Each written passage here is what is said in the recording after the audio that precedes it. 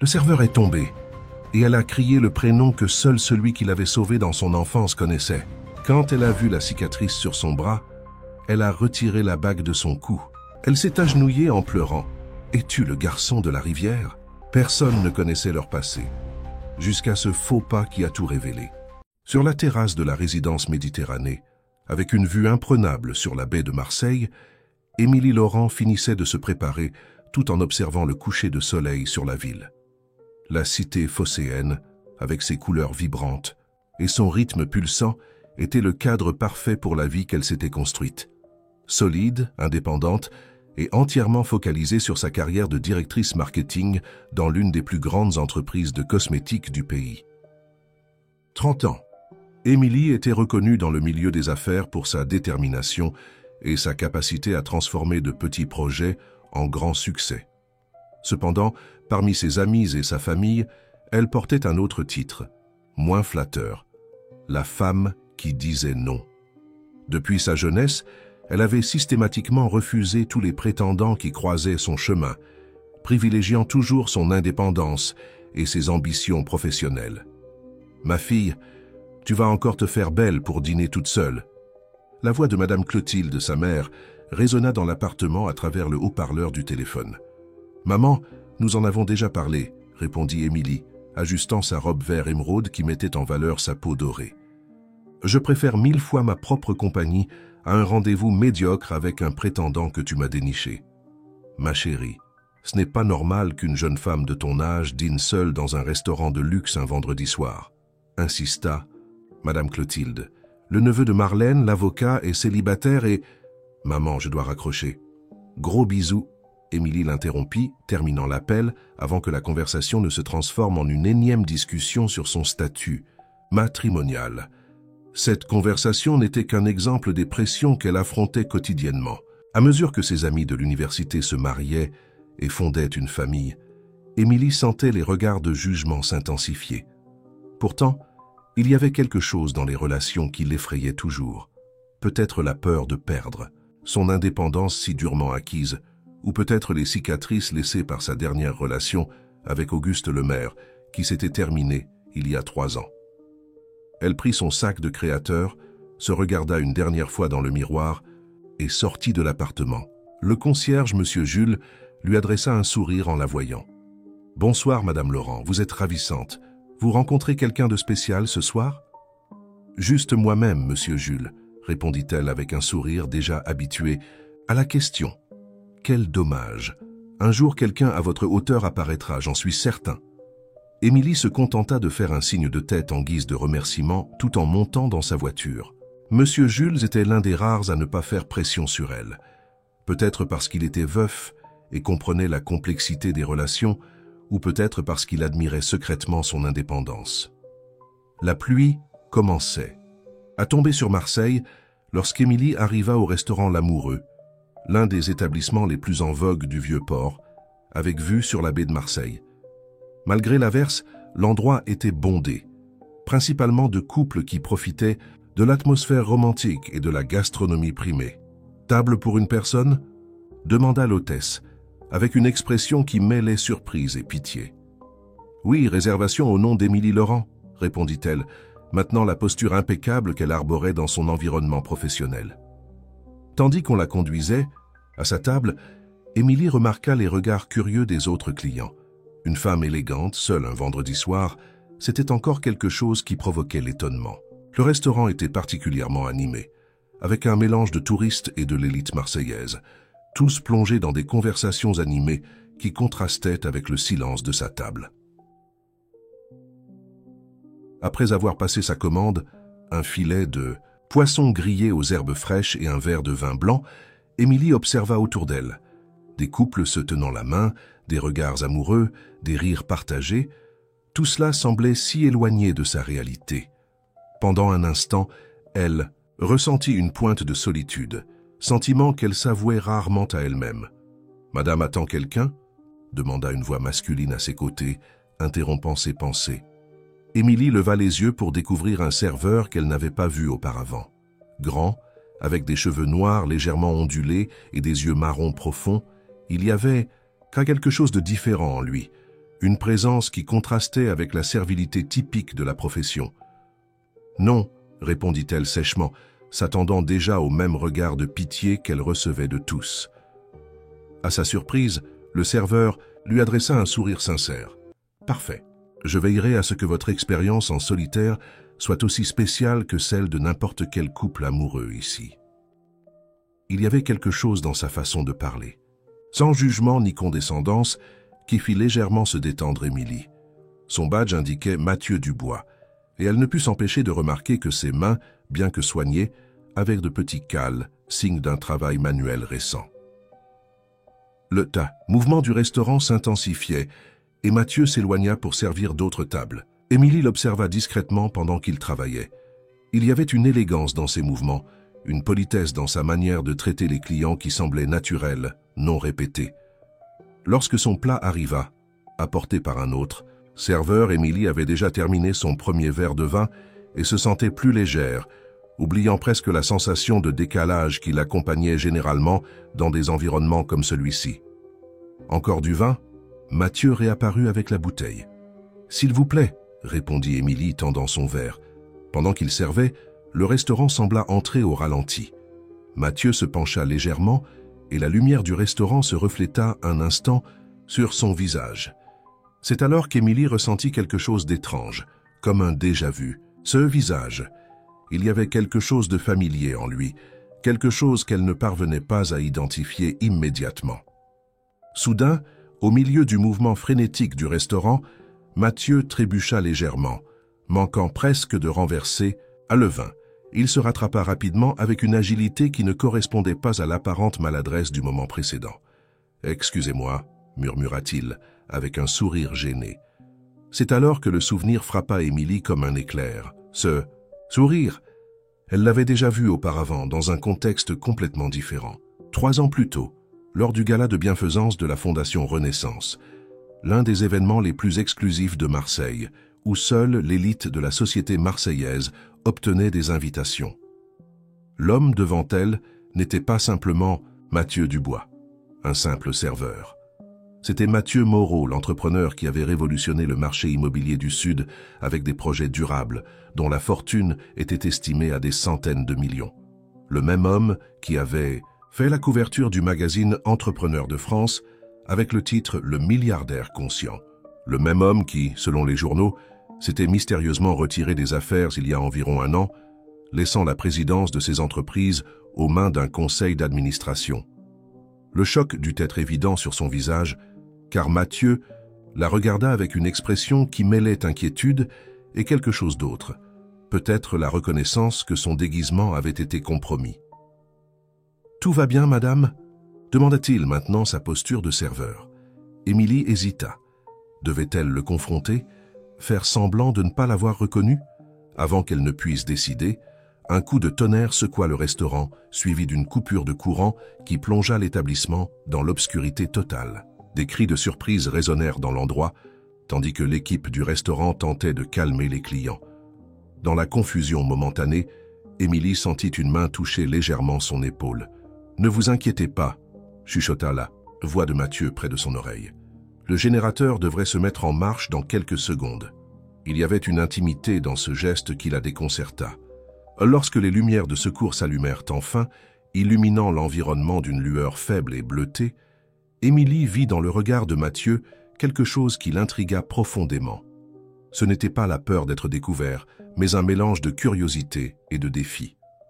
À ce moment, alors que la pluie tombait impitoyablement sur Marseille et que le restaurant plongeait dans un chaos organisé, Émilie Laurent, la femme qui disait toujours non, ressentit quelque chose qu'elle n'avait pas expérimenté depuis longtemps. Le désir de dire oui à une nouvelle possibilité. L'électricité revint au restaurant L'Amoureux après quelques minutes, ramenant le bourdonnement animé des conversations. Émilie se remettait encore de la découverte qu'elle venait de faire. Le serveur qui s'occupait d'elle n'était pas qui il semblait être, c'était Mathieu Moreau, le magnate qui avait disparu des projecteurs des médias d'affaires. « Je vais vous apporter une autre serviette. La vôtre a été mouillée par le vin, » dit Mathieu, s'éloignant rapidement, après le bref moment de proximité durant la panne. Émilie l'observa se déplacer dans le restaurant avec l'aisance de quelqu'un habitué à naviguer dans des environnements sociaux, non pas comme un serveur ordinaire, mais comme quelqu'un qui comprenait profondément les dynamiques de la haute société. Sa posture, sa façon de parler, l'élégance discrète avec laquelle il servait les tables, tout trahissait une éducation privilégiée qu'aucun uniforme ne pouvait cacher. « Comment quelqu'un peut-il laisser une fortune derrière lui pour servir des tables ?» murmura-t-elle pour elle-même, tout en savourant la dernière gorgée de son vin. Le restaurant commençait à se vider lorsque Mathieu revint à sa table avec l'addition. En lui remettant le petit plateau, leurs yeux se rencontrèrent et elle comprit qu'il savait qu'il avait été reconnu. « Un problème avec le service, madame ?» demanda-t-il d'un ton poli, mais il y avait quelque chose dans sa voix qui suggérait une autre question implicite. « Non, Mathieu Moreau, » répondit Émilie à voix basse, gardant son regard fixé sur le sien. « Ou préférez-vous que je continue à faire semblant de ne pas vous avoir reconnu ?» Un bref sourire traversa les lèvres de l'homme, un mélange de résignation et de soulagement. « Mon service se termine dans 20 minutes. Si vous voulez discuter, je serai au phare de la Joliette. » Sans attendre de réponse, Mathieu s'éloigna pour servir un autre client. Émilie resta assise là, contemplant la proposition. Une partie d'elle, l'exécutive rationnelle et prudente, suggérait d'ignorer cette étrange rencontre et de rentrer chez elle. Mais une autre partie, celle qui sommeillait depuis des années, était trop curieuse pour refuser. 1 heure plus tard, Émilie garait sa voiture près du phare de la Joliette. La pluie avait diminué pour devenir une bruine fine et la brise marine apportait l'odeur caractéristique de la Méditerranée. Le phare, l'une des cartes postales les plus emblématiques de Marseille, était illuminé contre le ciel nocturne, servant de guide aux navires et, cette nuit-là en particulier, à une femme en quête de réponse. Mathieu était là, assis, sur l'un des bancs qui donnaient une vue sur la mer. Il avait troqué l'uniforme du restaurant contre un jean et une chemise blanche simple, avec les manches retroussées jusqu'au coude. Sans la tenue formelle de serveur, il ressemblait encore plus à l'entrepreneur qu'Émilie se rappelait avoir vu dans les magazines. « Je pensais que vous ne viendriez pas », dit-il lorsqu'Émilie s'approcha. « La curiosité l'a emporté », répondit-elle, s'asseyant à ses côtés. « Comment se fait-il que l'homme qui a révolutionné le marché immobilier du Sud finisse par servir des tables dans un restaurant ?» Mathieu rit. Un son authentique qui contredisait l'image sérieuse qu'Émilie avait de lui, les rares fois où elle l'avait vu dans les médias. Droit au but, j'aime ça. Il regarda l'horizon où la mer rencontrait le ciel sombre. Avez-vous déjà eu l'impression de vivre la vie que les autres attendent de vous et non celle que vous voulez vraiment? La question prit Émilie par surprise. C'était exactement ce qu'elle ressentait quotidiennement, pressée par les attentes de sa mère, de ses amis et de la société pour trouver un mari, fonder une famille, des attentes qui allaient à l'encontre de ses propres désirs. Tous les jours, répondit-elle honnêtement. J'avais tout ce que l'argent peut acheter, continua Mathieu. Des avions privés, des villas dans différents pays, des dîners avec des célébrités et des politiciens. Mais j'étais vide, complètement vide. Émilie l'observa attentivement. Il y avait une sincérité dans ses yeux qui contrastait avec la persona d'homme d'affaires qu'elle connaissait. Un jour, après avoir conclu une affaire de 200 millions, j'ai réalisé que je ne ressentais absolument rien. Ni joie, ni satisfaction, ni but, juste rien. C'est là que j'ai décidé que je devais changer. « Et votre solution a été d'abandonner tout pour servir des tables ?» demanda Émilie, encore incrédule. « Je n'ai pas tout abandonné », précisa Mathieu. « J'ai confié la présidence des entreprises à un conseil d'administration, mais je reste l'actionnaire majoritaire. La différence, c'est que maintenant j'ai la liberté de vivre selon mes propres termes. Et ces termes incluent de travailler comme serveur ?» Mathieu sourit à nouveau. « Je travaille à différents endroits. La semaine dernière, j'étais chauffeur de VTC, avant cela, bénévole dans une ONG dans les quartiers nord. Je découvre la vraie vie, Émilie, la vie que la bulle de richesse ne m'a jamais permis de voir. » Entendre son prénom dans sa voix l'a surpris. « Vous savez qui je suis. » Émilie Laurent, directrice marketing chez Cosmétiques Nature Française. J'ai connu votre travail sur la campagne Beauté Authentique de l'année dernière. C'était brillant. Une rougeur inattendue colora le visage d'Émilie. Être là à discuter avec un homme qui connaissait son travail professionnel, mais qui ne montrait aucun intérêt à la courtiser, était une expérience nouvelle et, étrangement, libératrice. « Pourquoi me racontez-vous tout cela ?» demanda-t-elle. Mathieu hésita avant de répondre. « Parce que vous êtes la première personne à m'avoir reconnu ces 10 derniers mois, et parce que j'ai vu quelque chose en vous au restaurant, une solitude familière. Vous aussi, vous fuyez quelque chose, n'est-ce pas ?»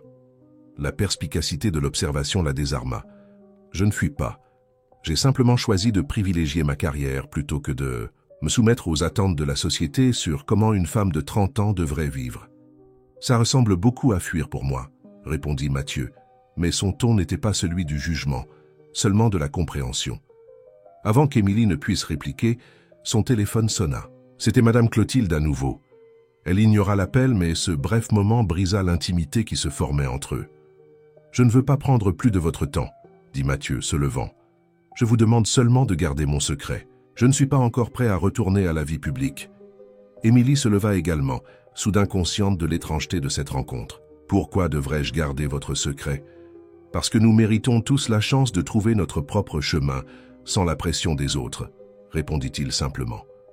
À ce moment, un groupe de touristes passa près d'eux, et l'un d'eux pointa du doigt dans la direction de Mathieu, murmurant quelque chose à ses compagnons. Le visage de l'entrepreneur se tendit immédiatement. « Je crois que je suis à nouveau reconnu, » dit-il, avec une touche de frustration dans la voix. « Ce fut un plaisir de discuter avec vous, Émilie. » Il commença à s'éloigner, mais Émilie, dans une impulsion qu'elle ne put expliquer, l'appela. « Mathieu, attendez. » Lorsqu'il se retourna, elle demanda « Serez-vous au restaurant demain soir ?» Un lent sourire se forma sur ses lèvres. « Je travaille de 6 heures à minuit. Peut-être que je reviendrai dîner, » dit-elle, surprise par sa propre audace. « Ce sera un plaisir de vous servir à nouveau, » répondit Mathieu, avec une formalité qui ne correspondait pas à l'intimité du moment qu'ils venèrent de partager. Émilie l'observa s'éloigner, se mêlant à la foule de touristes et de locaux qui profitèrent de la soirée sur le front de mer. Il y avait quelque chose en lui qui l'intriguait profondément.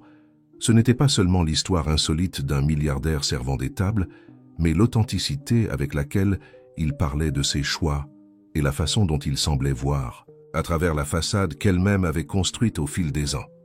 Sur le chemin du retour, conduisant dans les rues illuminées de Marseille, Émilie ne pouvait s'empêcher de penser à leur conversation. Pour la première fois depuis longtemps, elle se sentait comprise, non jugée. C'était une sensation étrange, presque oubliée. En arrivant dans son appartement, elle trouva 3 appels manqués de sa mère et un message de son amie Juliette. « Alors, comment s'est passé le dîner solitaire ? Il est encore temps que je te présente le cousin de Robert. Il est en ville pour le congrès de médecine. » Émilie ignora le message et marcha jusqu'à la terrasse de son appartement. La ville s'étendait en dessous d'elle, une constellation de lumière contre l'obscurité de la nuit.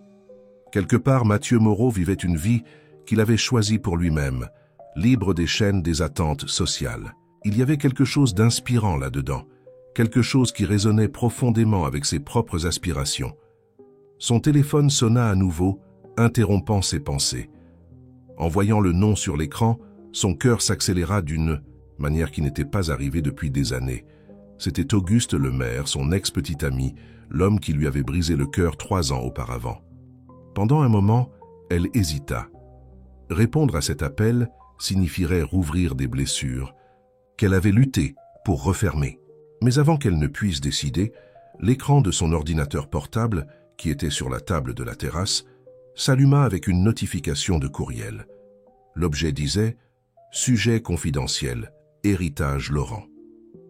Émilie sentit un frisson parcourir son échine tandis que le téléphone continuait de sonner dans sa main. En une seule soirée, le passé et le futur semblaient entrer en collision, menaçant de déstabiliser la vie soigneusement structurée qu'elle s'était construite. Téléphone continuait de sonner dans la main d'Émilie, le nom d'Auguste clignotant sur l'écran comme un phare d'avertissement. Après 3 ans sans aucun contact, pourquoi appellerait-il justement ce soir?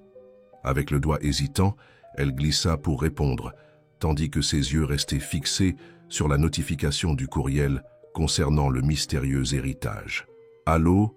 Sa voix sortit plus tremblante qu'elle ne l'aurait voulu. « Émilie, c'est bien toi? J'ai presque pas reconnu ta voix. » La familiarité du ton grave d'Auguste amena une vague de souvenirs qu'elle s'était efforcée d'enterrer. « Auguste, il est presque 11 heures du soir. Que veux-tu après tout ce temps? Un bref silence de l'autre côté de la ligne. Je suis à Marseille. Je suis arrivé aujourd'hui pour le congrès de l'entrepreneuriat numérique. J'ai pensé qu'on pourrait se voir pour discuter. Émilie ferma les yeux, essayant de contrôler la tempête d'émotions que cette voix réveillait. Auguste Lemaire avait été sa dernière relation sérieuse. Avocat, brillant, charismatique et ambitieux, il semblait être le partenaire parfait pour elle, jusqu'à ce qu'elle découvre que son ambition s'étendait à des relations parallèles avec 2 autres femmes. « Il n'y a rien à discuter », répondit-elle, retrouvant la fermeté dans sa voix. « Ce que nous avions s'est terminé il y a 3 ans. Les gens changent, Émilie. J'ai changé. » Il y avait une douceur dans sa voix qui ne correspondait pas à l'Auguste qu'elle avait connu. « Je suis logé à l'hôtel Intercontinental. Je peux. Passer à ton appartement demain, où nous pouvons déjeuner quelque part. Auguste, juste un déjeuner, Amy, pour tout ce que nous avons vécu. Je promets de ne pas prendre trop de ton temps. » L'utilisation du surnom que lui seul utilisait la déstabilisa momentanément. Émilie se trouva partagée entre la raison qui lui criait de refuser et une curiosité presque masochiste sur ce qu'il pourrait vouloir après tant de temps. « Un déjeuner, demain à midi au Soho à la Joliette. C'est à prendre ou à laisser. »« J'y serai, » répondit-il, et Émilie pouvait pratiquement visualiser le sourire victorieux sur son visage. « Et Émilie, merci.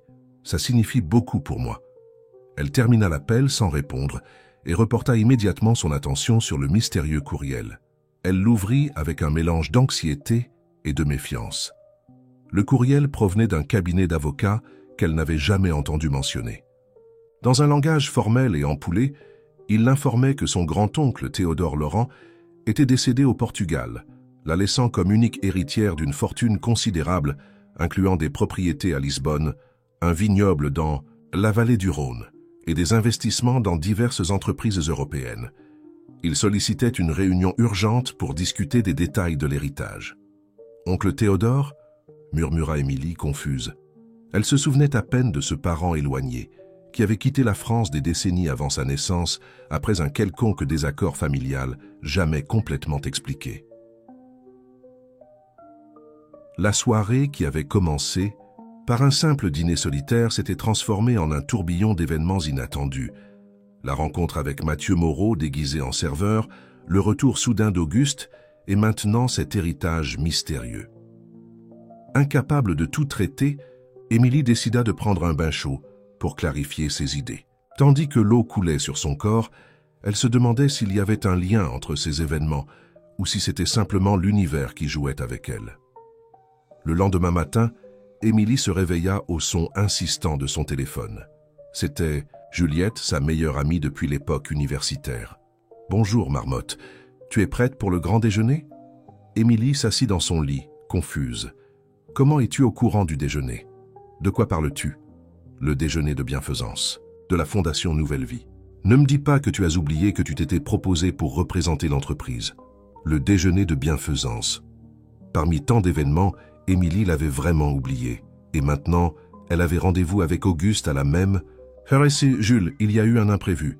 Je dois reporter avec la Fondation. »« Impossible. Le président de la Fondation a insisté pour ta présence. De plus, on dit que cet entrepreneur mystérieux, Mathieu Moreau, pourrait apparaître. Il a disparu des événements sociaux depuis des mois. Mais comme la Fondation est l'une des principales bénéficiaires de ces dons... » En entendant le nom de Mathieu, Émilie sentit un sursaut. Mathieu Moreau, le même homme qu'elle avait rencontré la veille au soir travaillant comme serveur, serait au déjeuner de bienfaisance? Cela n'avait pas de sens. « Jules, je dois raccrocher. Je te rappelle plus tard. » Sans attendre de réponse, Émilie termina l'appel et appela immédiatement Auguste. Après quelques sonneries, il répondit d'une voix encore ensommeillée. « Émilie, tu me manques déjà. » Ignorant la provocation, elle alla droit au but. « Nous devons changer le lieu du déjeuner. Pouvons-nous nous retrouver à l'Amoureux à 14 heures ?» Il y eut une pause de l'autre côté. « L'Amoureux? Je pensais que tu préférais des endroits plus discrets. 14 heures à l'Amoureux. Tu viens ou non? » « J'y serai, » répondit Auguste, avec une note de curiosité dans sa voix. Après avoir raccroché, Émilie vérifia son agenda. Le déjeuner, de bienfaisance aurait lieu à midi au siège de la Fondation, à Andoum. Si tout se passait bien, elle aurait le temps d'y assister et d'arriver encore à l'amoureux pour rencontrer Auguste. Et avec un peu de chance, peut-être pourrait-elle en découvrir davantage sur la véritable situation de Mathieu Moreau. Quelques heures plus tard, Émilie était élégamment vêtue d'un tailleur bleu marine, représentant Cosmétique Nature, française au déjeuner de bienfaisance. L'événement, tenu dans une maison historique avec vue sur la mer, rassemblait entrepreneurs, politiciens et célébrités en soutien à des projets sociaux pour les jeunes en situation de vulnérabilité. Tout en circulant dans la salle, échangeant salutations et sourires polis, Émilie scrutait discrètement l'environnement à la recherche de Mathieu. Une partie d'elle espérait le trouver en train de servir des tables, confirmant ainsi son histoire de la veille. Une autre partie, plus sceptique, imaginait qu'il pourrait apparaître comme le magnate qu'il était réellement, révélant que toute cette conversation sur vivre authentiquement n'était qu'une fantaisie excentrique d'un riche qui s'ennuyait. Émilie Laurent, quel plaisir de vous rencontrer enfin en personne. Elle se retourna pour trouver un homme d'environ 50 ans, aux cheveux grisonnants et au sourire chaleureux. Dr Marcel Fontaine, président de la Fondation Nouvelle Vie, se présenta-t-il, tendant la main. Votre travail sur la campagne, beauté authentique, a inspiré beaucoup de nos jeunes filles. Nous adorerions bénéficier de votre expertise dans l'un de nos projets. Le plaisir est pour moi, Dr Fontaine, répondit Émilie, sincèrement intéressée par le travail de la Fondation. Je serai heureuse de collaborer autant que possible. Tandis qu'ils discutaient des possibilités de partenariat, Émilie ne put s'empêcher de demander « J'ai entendu dire que M. Mathieu Moreau est l'un des principaux soutiens de la Fondation. Sera-t-il présent aujourd'hui ?» Une ombre sembla traverser le visage du docteur Fontaine. Malheureusement, nous n'avons pas de nouvelles de M. Moreau depuis quelques mois. Il a toujours été un bienfaiteur généreux, mais récemment, il y a des rumeurs selon lesquelles il traverserait une sorte de crise personnelle. Les dons continuent d'arriver régulièrement, mais par l'intermédiaire de ses avocats. Avant qu'Émilie ne puisse poser plus de questions, une femme élégante s'approcha, interrompant la conversation. « Marcel, les représentants de la mairie viennent d'arriver. » Le président de la Fondation s'excusa et s'éloigna, laissant Émilie avec plus de questions que de réponses sur Mathieu. S'il travaillait vraiment comme serveur à l'amoureux, pourquoi continuait-il à envoyer des dons substantiels à la Fondation? Tout cela faisait-il partie d'un jeu élaboré? Le déjeuner se déroula sans autre révélation, et dès qu'elle put poliment prendre congé des principaux invités, Émilie se dirigea rapidement vers l'amoureux. Elle avait quelques minutes de retard pour son rendez-vous avec Auguste et, connaissant son ex-petite amie, elle savait qu'il interpréterait tout retard comme une tentative délibérée d'exercer un pouvoir sur lui. En entrant dans le restaurant, l'hôtesse la reconnut immédiatement. « Mademoiselle Laurent, bienvenue à nouveau. Votre accompagnateur est déjà arrivé et vous attend à la table près de la fenêtre. » Émilie la remercia et se dirigea vers la table indiquée, où Auguste se leva pour l'accueillir. À 35 ans, il restait absurdement séduisant, avec son costume impeccablement coupé et ce sourire qui mélangeait charme et arrogance en doses calculées. « Tu es resplendissante, Émy, » dit-il, se penchant pour l'embrasser sur la joue. « 3 ans t'ont fait du bien. »« Allons droit au but, Auguste, » répondit Émilie en s'asseyant. « Pourquoi as-tu voulu me voir après tant de temps ?» Il sourit, habitué à son objectivité. « Toujours direct, une des choses que j'admirais le plus chez toi. » Avant qu'Auguste ne puisse continuer, un serveur s'approcha pour leur remettre les menus. Ce n'était pas Mathieu, et Émilie ressentit une pointe inattendue de déception. « Le serveur qui s'est occupé de moi hier soir ne travaille pas aujourd'hui ?» demanda-t-elle à la jeune femme qui les servait. « Mathieu, il ne travaille que le soir, mademoiselle. » Auguste observa ce bref dialogue avec curiosité. Lorsqu'ils furent à nouveau seuls, il se pencha sur la table. « Depuis quand t'intéresses-tu aux serveurs des restaurants que tu fréquentes? Ce n'est pas ton affaire, Auguste. Maintenant, venons-en au fait. Que veux-tu » Il but une gorgée d'eau avant de répondre. « Je postule pour un poste d'associé au cabinet Albuquerque & Monteiro. Tu dois connaître, c'est l'un des plus prestigieux de Marseille. »« Je connais, bien sûr. Et en quoi cela me concerne ?» Ils recherchent un associé au profil innovant qui puisse apporter une image plus moderne au cabinet. Quelqu'un avec des contacts dans la haute société et le monde des affaires. Émilie commençait à comprendre où il voulait en venir. Et tu penses qu'apparaître avec la directrice marketing de cosmétiques Nature Française va améliorer? Ah, des chances. Auguste afficha un sourire qui mêlait charme et embarras. Ce n'est pas que ça, Amy. Te revoir a réveillé des sentiments que je croyais enterrés. Peut-être que c'est une opportunité pour nous deux. Une opportunité? Pour nous deux? Répéta Émilie incrédule. Tu as rompu avec moi par courriel, Auguste, après que j'ai découvert tes tromperies. J'étais immature, je ne savais pas ce que je perdais, répondit-il, avec un ton de sincérité qu'Émilie ne parvenait pas à déterminer s'il était authentique ou simplement une autre de ses performances bien répétées.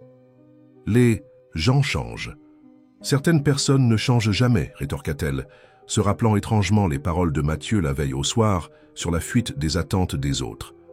La conversation fut interrompue par l'arrivée d'un homme en costume élégant qui s'approcha de la table. « Mademoiselle Laurent, je m'appelle Richard Mercier du cabinet Mercier & Associés.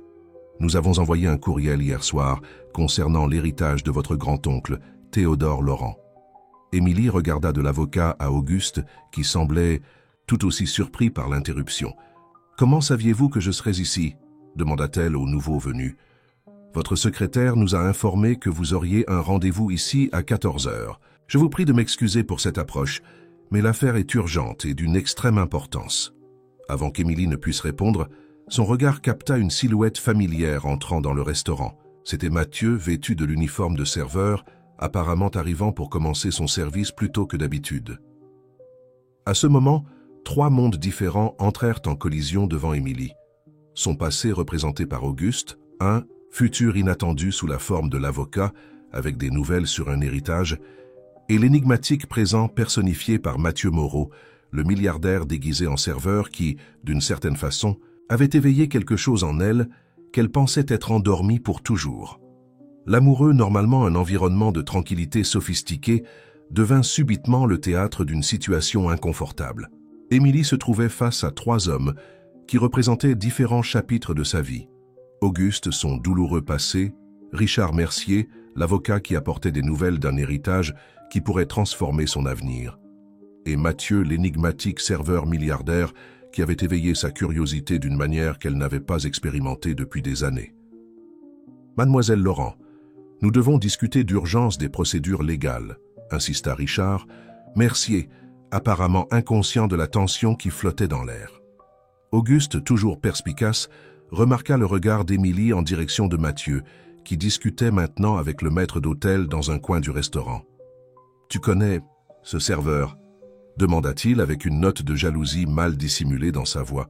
« Maître Mercier, je vous remercie de votre préoccupation, mais ce n'est pas le moment approprié, » répondit Émilie, ignorant délibérément la question d'Auguste. « Pouvons-nous fixer une réunion formelle dans mon bureau demain matin ?»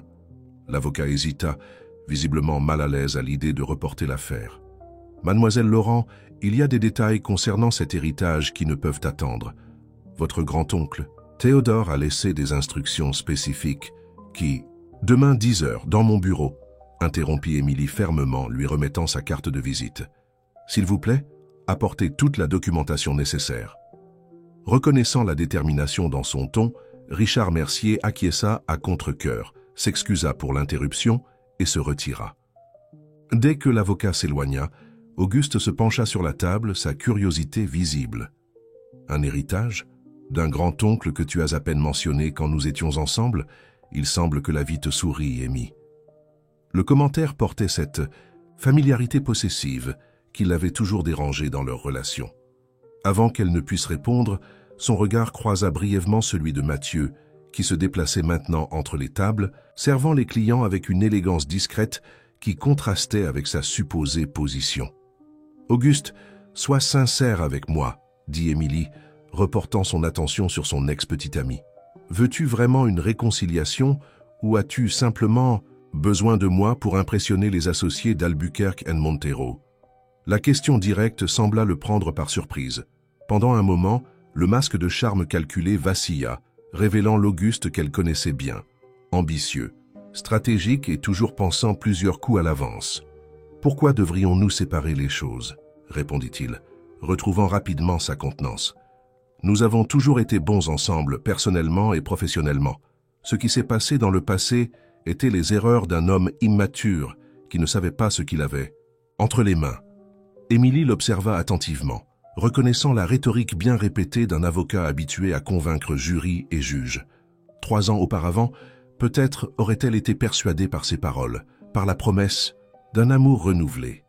Maintenant, cependant, quelque chose avait changé en elle, ou peut-être avait-il toujours été là, attendant simplement le bon moment pour émerger. « Tu sais ce qui est intéressant, Auguste, » dit-elle, gardant la voix calme. « Tu apparais justement quand survient la nouvelle d'un héritage potentiellement précieux. » Le visage d'Auguste se durcit momentanément. « Insinues-tu que je savais pour ça? Que je suis revenu vers toi pour l'argent?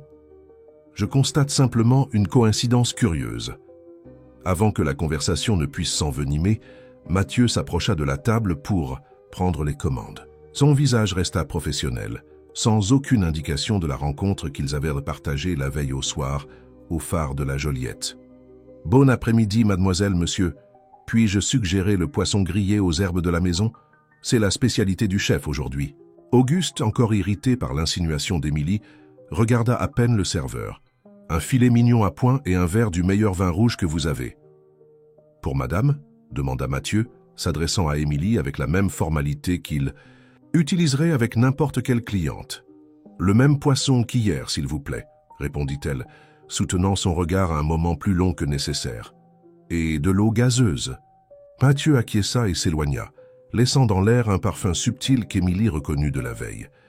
Auguste, toujours attentif aux détails, remarqua la brève interaction. « Alors c'est ça? Tu t'intéresses au serveur? Je dois dire que c'est une baisse considérable de standard pour quelqu'un comme toi, Émilie. » La condescendance dans sa voix atteignit Émilie comme une gifle. « Quelqu'un comme moi ?» répéta-t-elle, gardant la voix basse, mais chargée d'intensité. « Et que suis-je exactement, Auguste?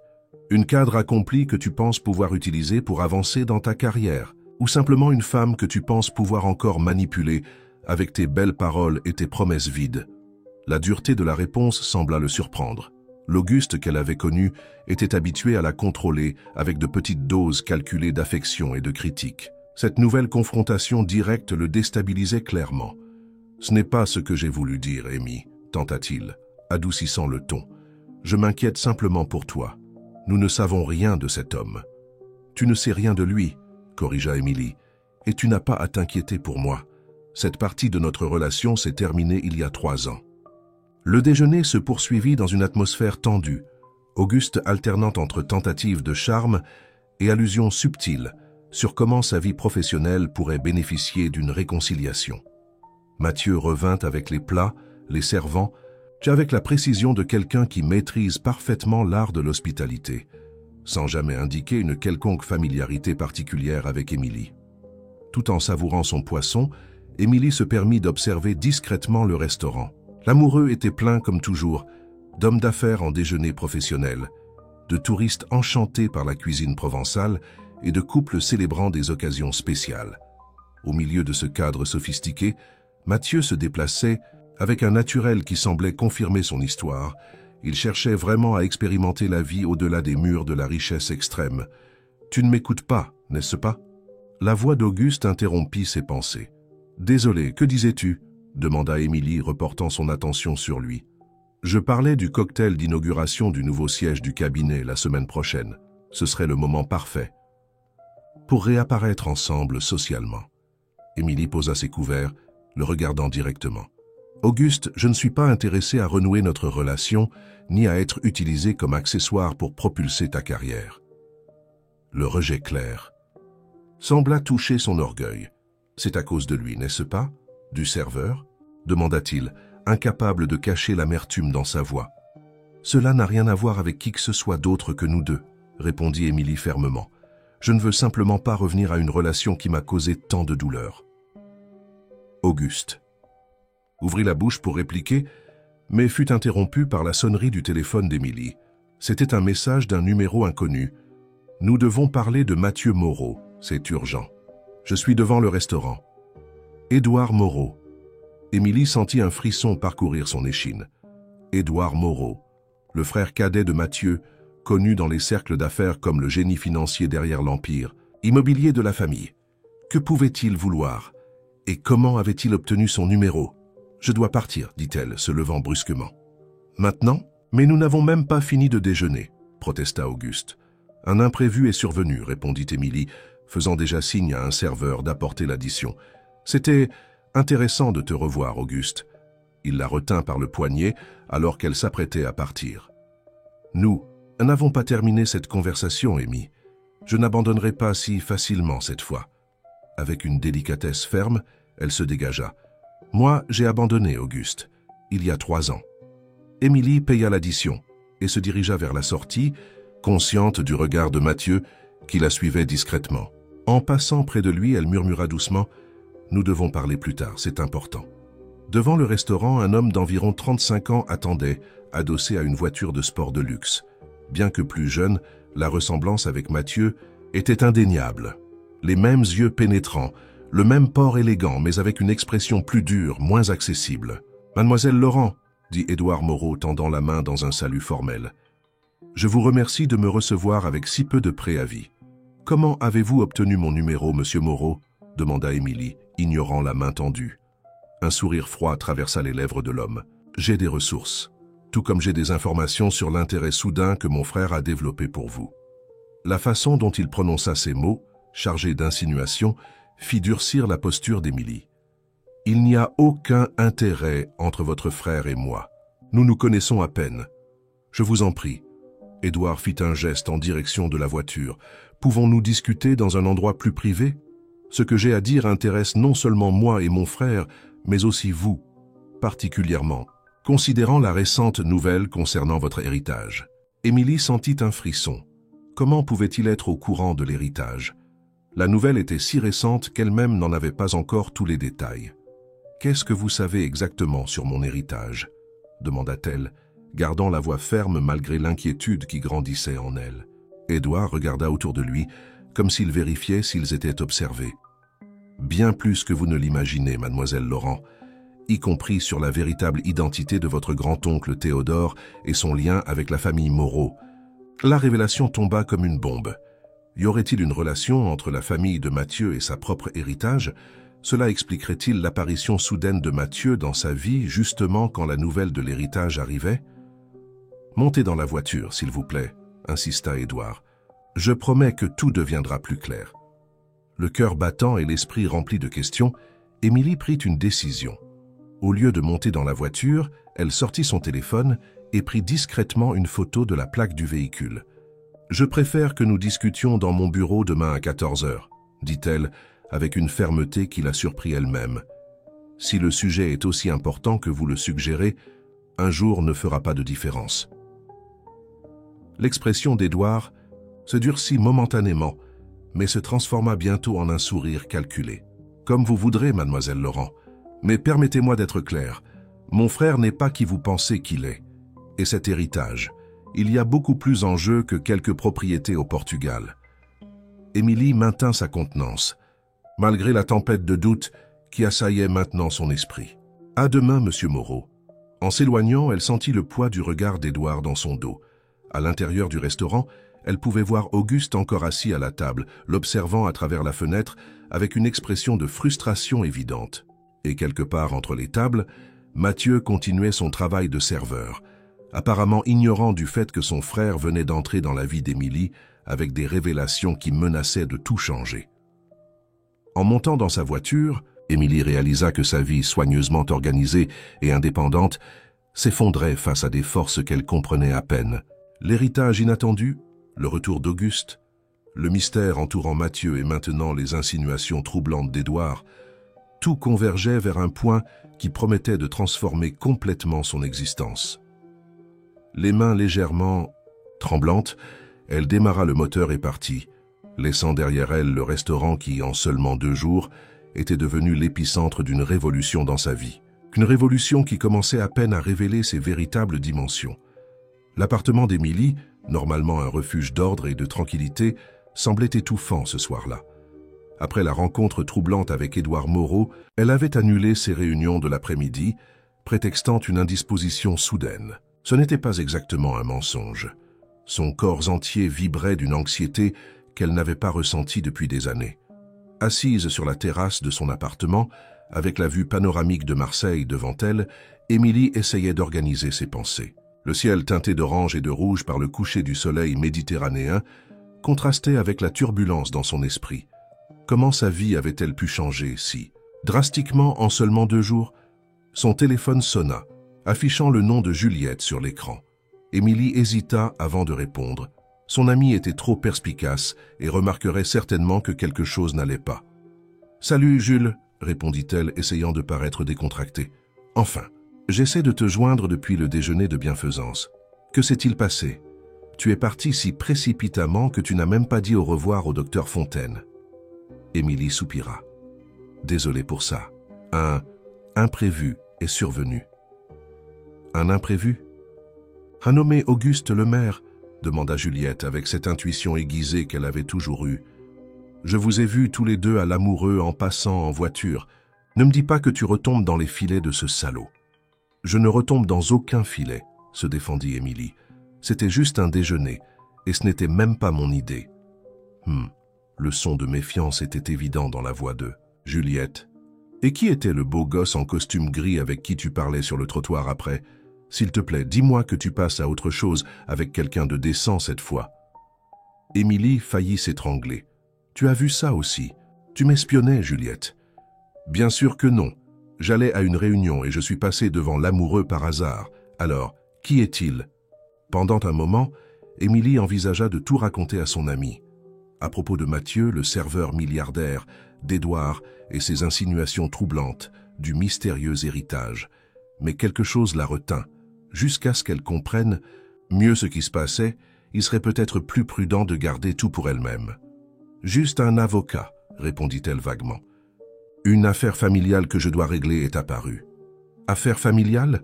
Tu parles à peine à ta famille, sauf à Madame Clotilde. » La méfiance de Juliette était palpable. « Tu es sûr que tu ne veux pas me dire ce qui se passe réellement? »« Jules, je te promets que quand j'aurai moi-même tout compris, tu seras la première à savoir. » Après avoir raccroché, Émilie se dirigea vers son bureau à domicile et ouvrit son ordinateur portable. Elle tapa « Mathieu Moreau, entrepreneur » dans la barre de recherche et fut inondée de résultats. Photos lors d'événements sociaux, reportages sur ses projets immobiliers durables, interviews dans des magazines d'affaires jusqu'à il y a 1 an quand sa présence publique avait simplement cessé. Un article en particulier attira son attention. Mathieu Moreau abandonne la présidence du groupe Moreau au milieu de rumeurs de désaccords familiaux.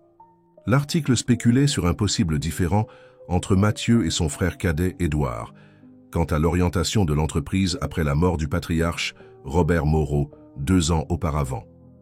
Émilie approfondit sa recherche, tapant maintenant Théodore Laurent Portugal. Les résultats étaient plus rares, mais suffisants pour confirmer que son supposé grand-oncle était un entrepreneur portugais du secteur viticole, décédé récemment à l'âge de 92 ans. Les rares photos disponibles montraient un monsieur aux cheveux blancs et aux traits qui, étrangement, rappelaient vaguement son défunt grand-père maternel. Intriguée par le lien possible entre les Moreau et les Laurent mentionnés par Édouard, Émilie tenta de croiser les noms dans sa recherche. Un résultat en particulier glaça son sang.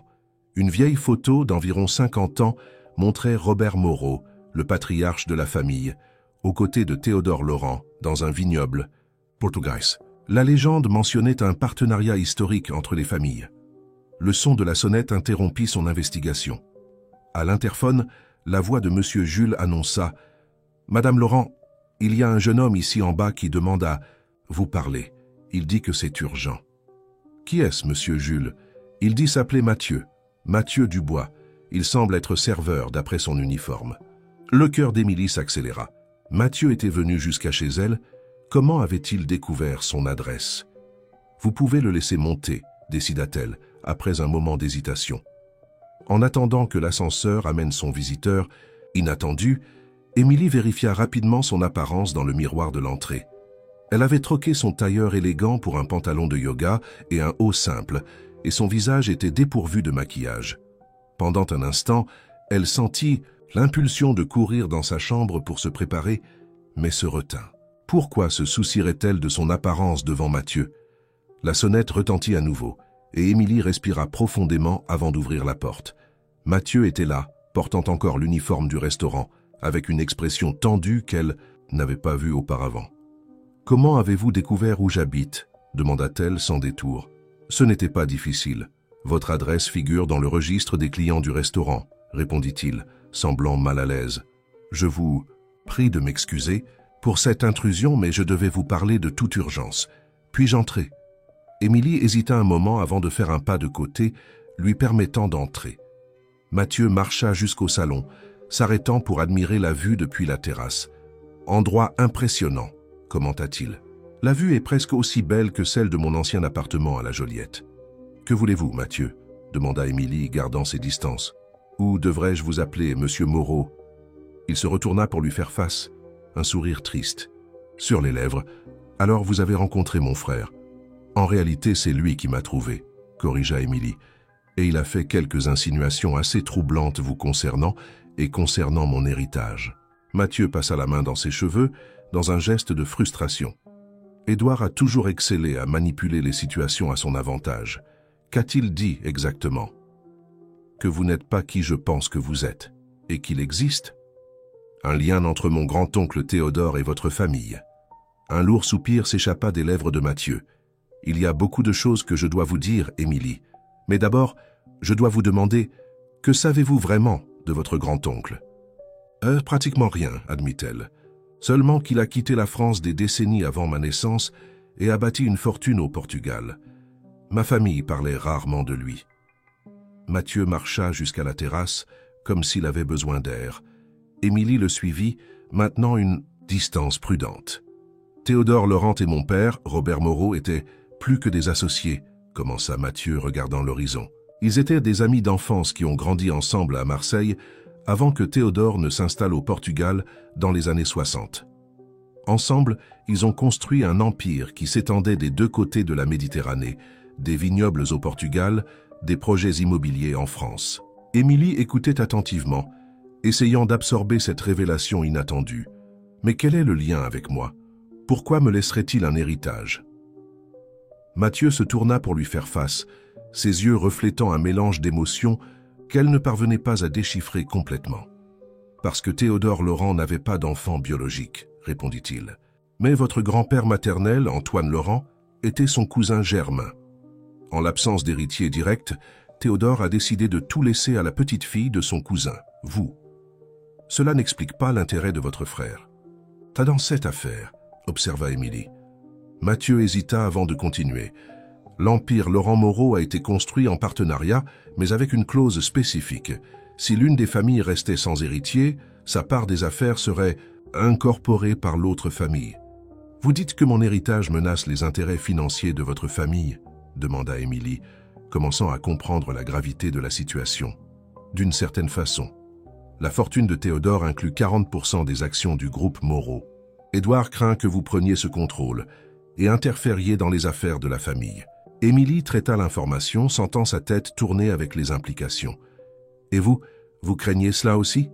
Un sourire amer traversa les lèvres de Mathieu. « J'ai abandonné ma position dans l'entreprise il y a 1 an, justement parce que je n'étais pas d'accord avec la direction qu'Édouard prenait. Il a transformé le rêve de notre père de construire des logements durables en un système de spéculation immobilière qui déplace des communautés entières. Alors, votre travail comme serveur, tout cela est vrai. Ce n'est pas simplement un caprice excentrique d'un riche qui s'ennuie, c'est plus compliqué que ça, admit Mathieu. Oui, je voulais expérimenter la vie en dehors de la bulle de privilèges, mais j'enquêtais aussi sur certaines irrégularités dans les affaires d'Édouard. Et plus je découvrais, plus je réalisais que je devais m'éloigner publiquement pour continuer à enquêter sans éveiller les soupçons. Émilie s'assit sur l'une des chaises de la terrasse, essayant d'assimiler toutes ces révélations. « Pourquoi me racontez-vous tout cela maintenant ?» Mathieu s'agenouilla devant elle, ses yeux intensément fixés sur les siens.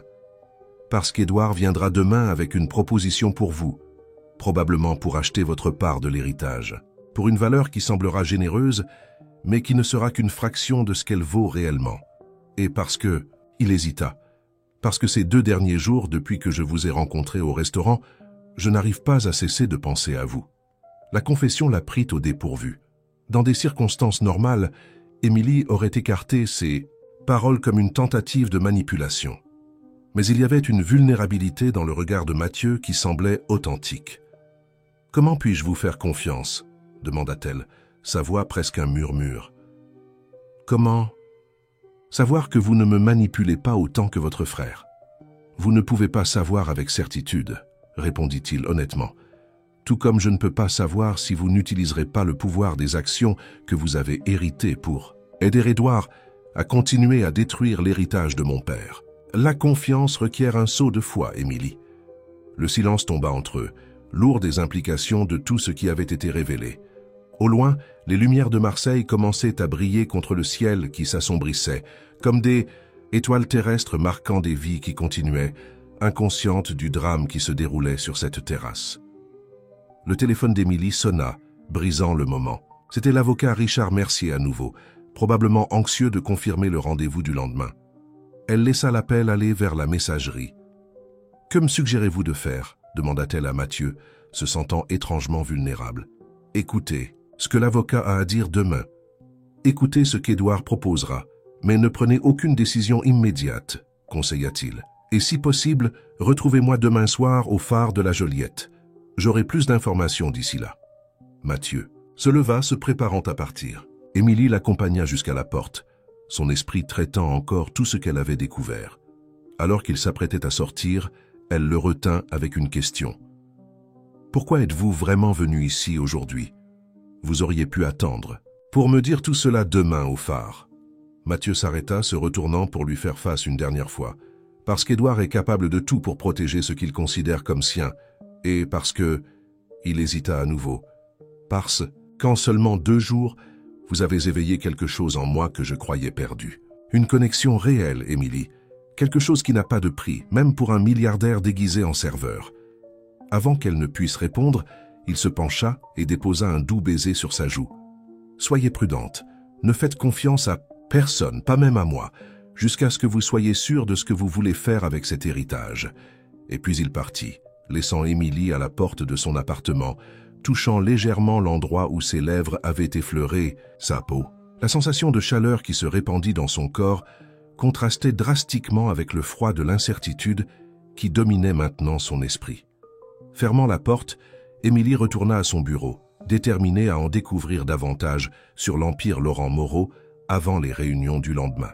Une chose était claire, sa vie ne serait plus jamais la même après la révélation de cet héritage inattendu. Tandis qu'elle tapait de nouveaux termes de recherche sur son ordinateur, une notification de courriel apparut sur l'écran. Elle provenait d'un expéditeur inconnu, avec pour objet « La vérité sur Mathieu et Édouard Moreau. Ouvrez quand vous serez seul. » Le cœur battant, Émilie cliqua pour ouvrir le message. Le contenu était bref. « Tout n'est pas ce qu'il semble. Être. Venez au domaine de Montredon demain à 7 heures. Apportez le médaillon de votre famille. TL. TL. Théodore Laurent? Mais comment s'il était mort? Et quel médaillon? Émilie ne se souvenait d'aucun bijou de famille ayant une signification particulière. Se levant brusquement, elle alla dans la chambre de sa mère, préservée exactement comme elle était depuis son décès 5 ans auparavant. Dans la boîte à bijoux ancienne sur la coiffeuse, parmi des colliers et des boucles d'oreilles, de valeur plus sentimentale que monétaire, elle trouva quelque chose qu'elle n'avait jamais remarqué auparavant. Un petit médaillon doré avec les initiales entrelacées ML, Moreau et Laurent.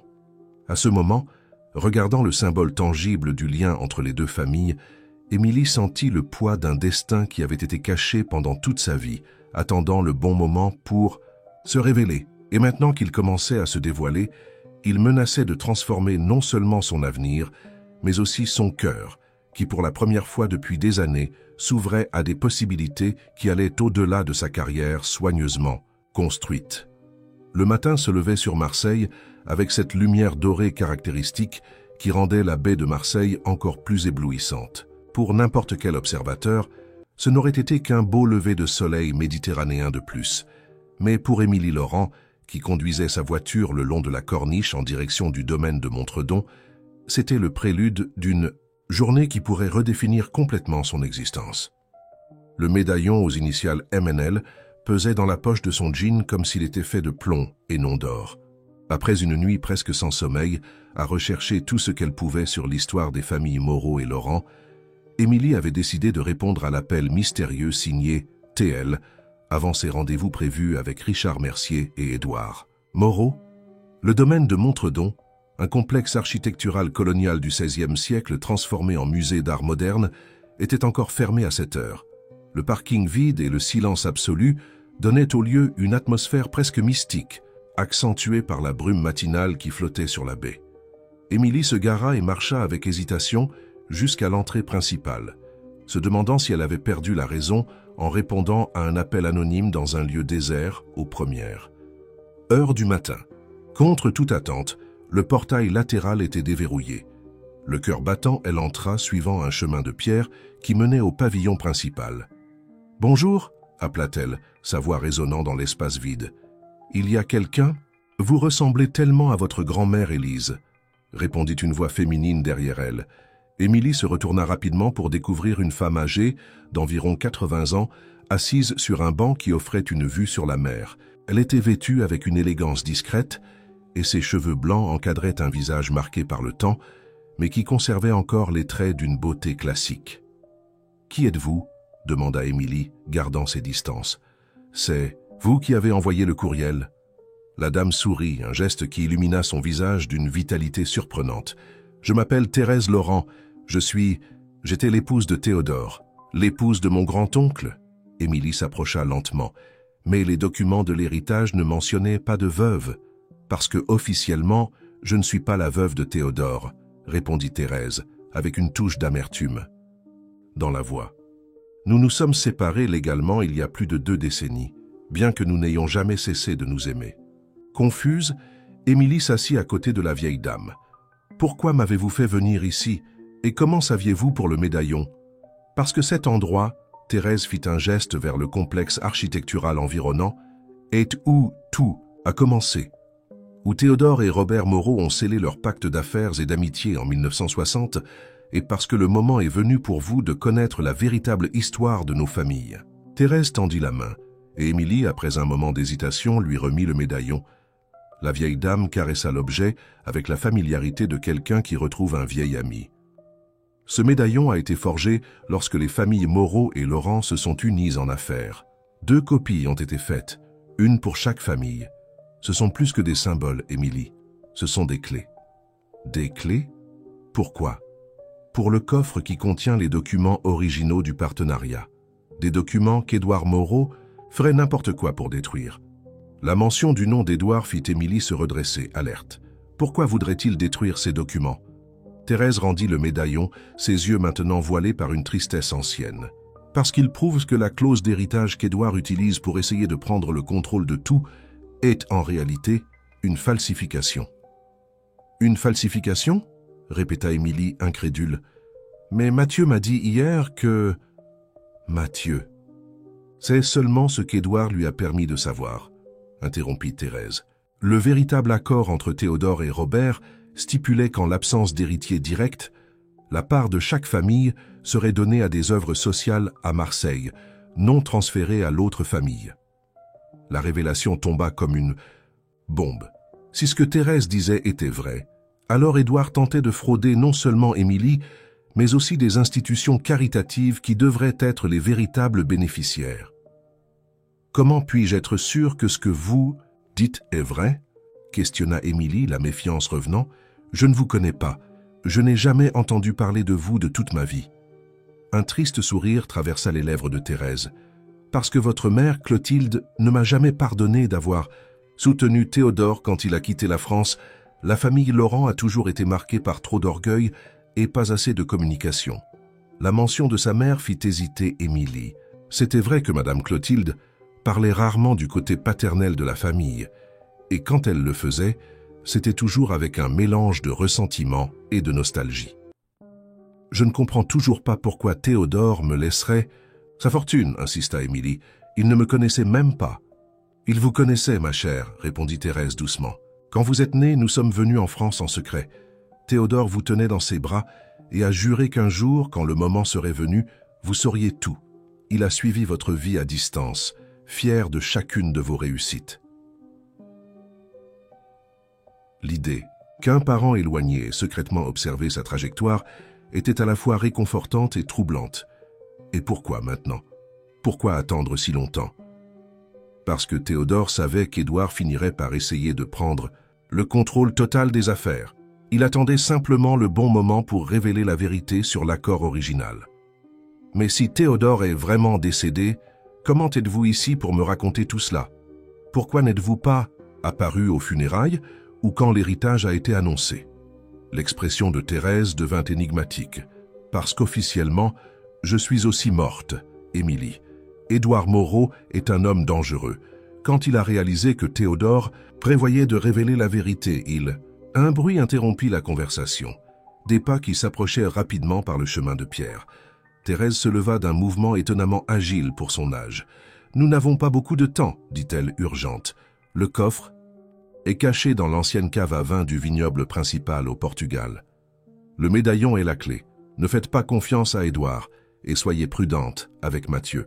Malgré ses bonnes intentions, il ne connaît pas toute la vérité. Madame Laurent, une voix masculine appela au loin. Vous êtes ici? C'est le gardien du musée, chuchota Thérèse. Je dois partir. Retrouvez-moi demain, à la même heure, à l'église Notre-Dame de la Garde. Avant qu'Émilie ne puisse protester ou poser plus de questions, Thérèse glissa par une porte latérale, disparaissant entre les structures du complexe historique. Quelques secondes plus tard, un gardien apparut, semblant surpris de trouver Émilie seule. « Bonjour, madame. Le musée n'ouvre qu'à 10 heures. Comment avez-vous pu entrer ?»« Le portail latéral était ouvert, » répondit Émilie, essayant de paraître décontractée. « Je suis chercheuse en architecture coloniale. Je voulais juste voir la lumière du matin sur le bâtiment. » Le gardien sembla accepter l'explication, bien qu'avec une certaine méfiance. « Je vais vous accompagner jusqu'à la sortie. S'il vous plaît, la prochaine fois, respectez les horaires de visite. » Émilie acquiesça et suivit l'homme jusqu'au parking, son esprit en ébullition avec les révélations de Thérèse. En montant dans sa voiture, elle vérifia l'heure. 8h15. Elle avait encore du temps avant le rendez-vous avec Richard Mercier dans son bureau. Durant le trajet jusqu'au centre d'affaires où elle travaillait, elle tenta d'organiser mentalement tout ce qu'elle avait découvert. Si ce que Thérèse disait était vrai, la situation était bien plus complexe et dangereuse qu'elle ne l'avait imaginé initialement. La question n'était plus seulement celle d'un héritage inattendu, mais de justice et de respect des volontés originelles de Théodore et Robert. Arrivant au bureau plus tôt que d'habitude, Émilie fut accueillie par son assistante, Patricia, qui semblait surprise de la voir à cette heure. « Madame Laurent, je ne vous attendais pas si tôt, tout va bien? Vous semblez pâle. »« Je vais bien, Patricia, » répondit-elle automatiquement. « Juste une nuit difficile. Maître Richard Mercier est confirmé pour 10 heures. »« Oui, madame. Et vous avez un autre rendez-vous à 14 heures avec un certain Édouard Moreau. Ce n'était pas dans votre agenda. »« Je l'ai moi-même fixé, » expliqua Émilie. « S'il vous plaît, ne permettez aucune interruption pendant ces réunions et annulez tous mes autres engagements pour aujourd'hui. » Seule dans son bureau, Émilie vérifia une fois de plus les informations qu'elle avait rassemblées sur l'empire Laurent Moreau. Les entreprises qui avaient commencé avec un vignoble au Portugal et des investissements immobiliers en France s'étaient développées en un conglomérat international qui incluait hôtels, resorts écologiques et, plus récemment sous la direction d'Édouard, des projets de luxe qui impliquaient souvent le déplacement de communautés traditionnelles.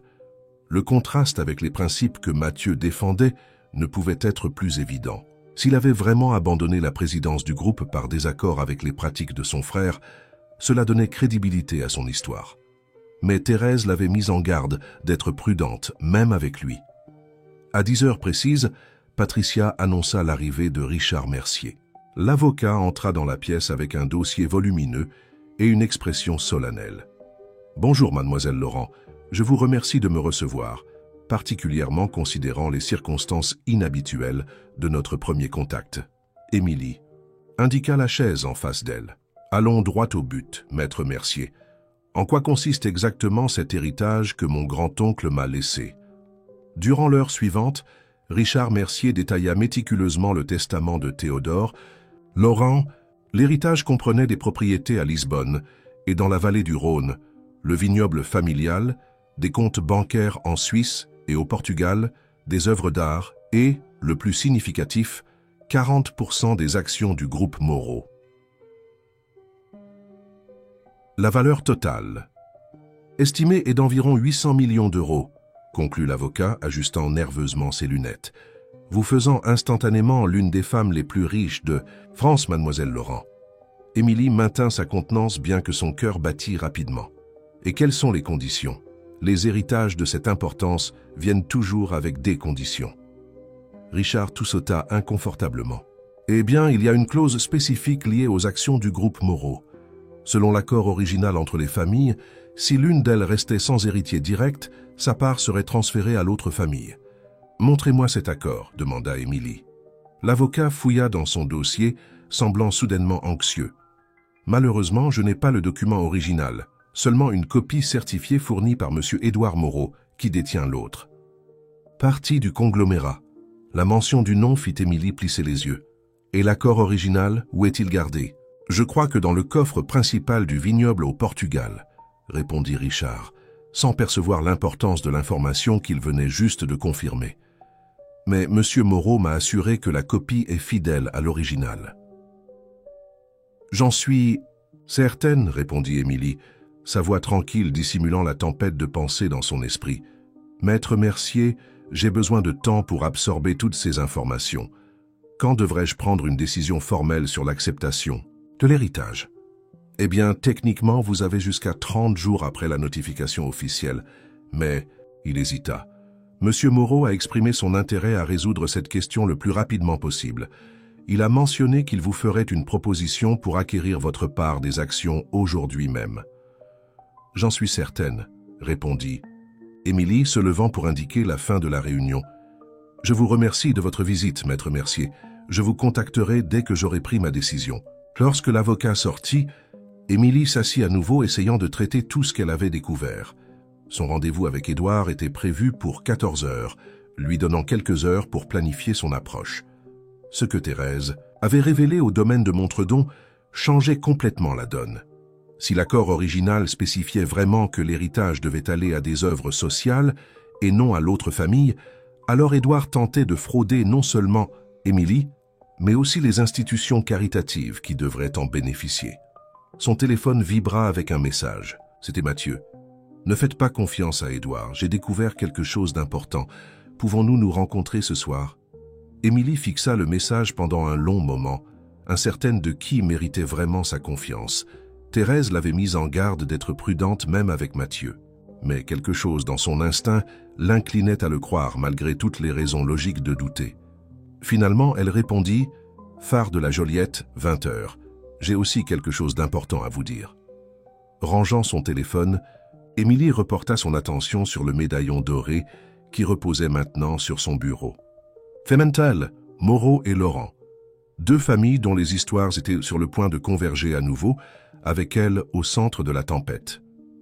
À 14 heures précises, Édouard Moreau entra dans son bureau comme s'il en était le propriétaire. Il portait un costume italien impeccable et affichait cette confiance caractéristique de quelqu'un habitué à obtenir tout ce qu'il désire. « Mademoiselle Laurent », salua-t-il, tendant la main. « C'est un plaisir de finalement discuter dans des circonstances plus formelles. » Émilie serra sa main brièvement. « Monsieur Moreau, j'avoue être curieuse de ce qui pourrait être si urgent au point de fixer ce rendez-vous avec une telle précipitation. » Il y sourit, un geste qui n'atteignait pas ses yeux.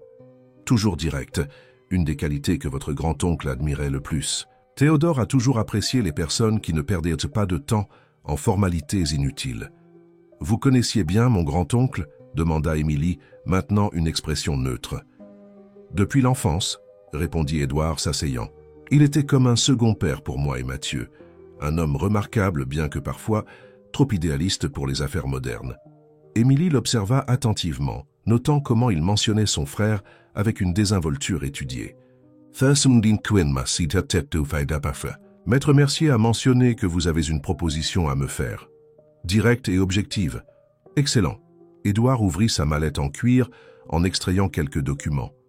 Comme vous devez le savoir, l'héritage que Théodore vous a laissé inclut 40% des actions du groupe Moreau. Cela crée une situation délicate pour la gouvernance d'entreprise.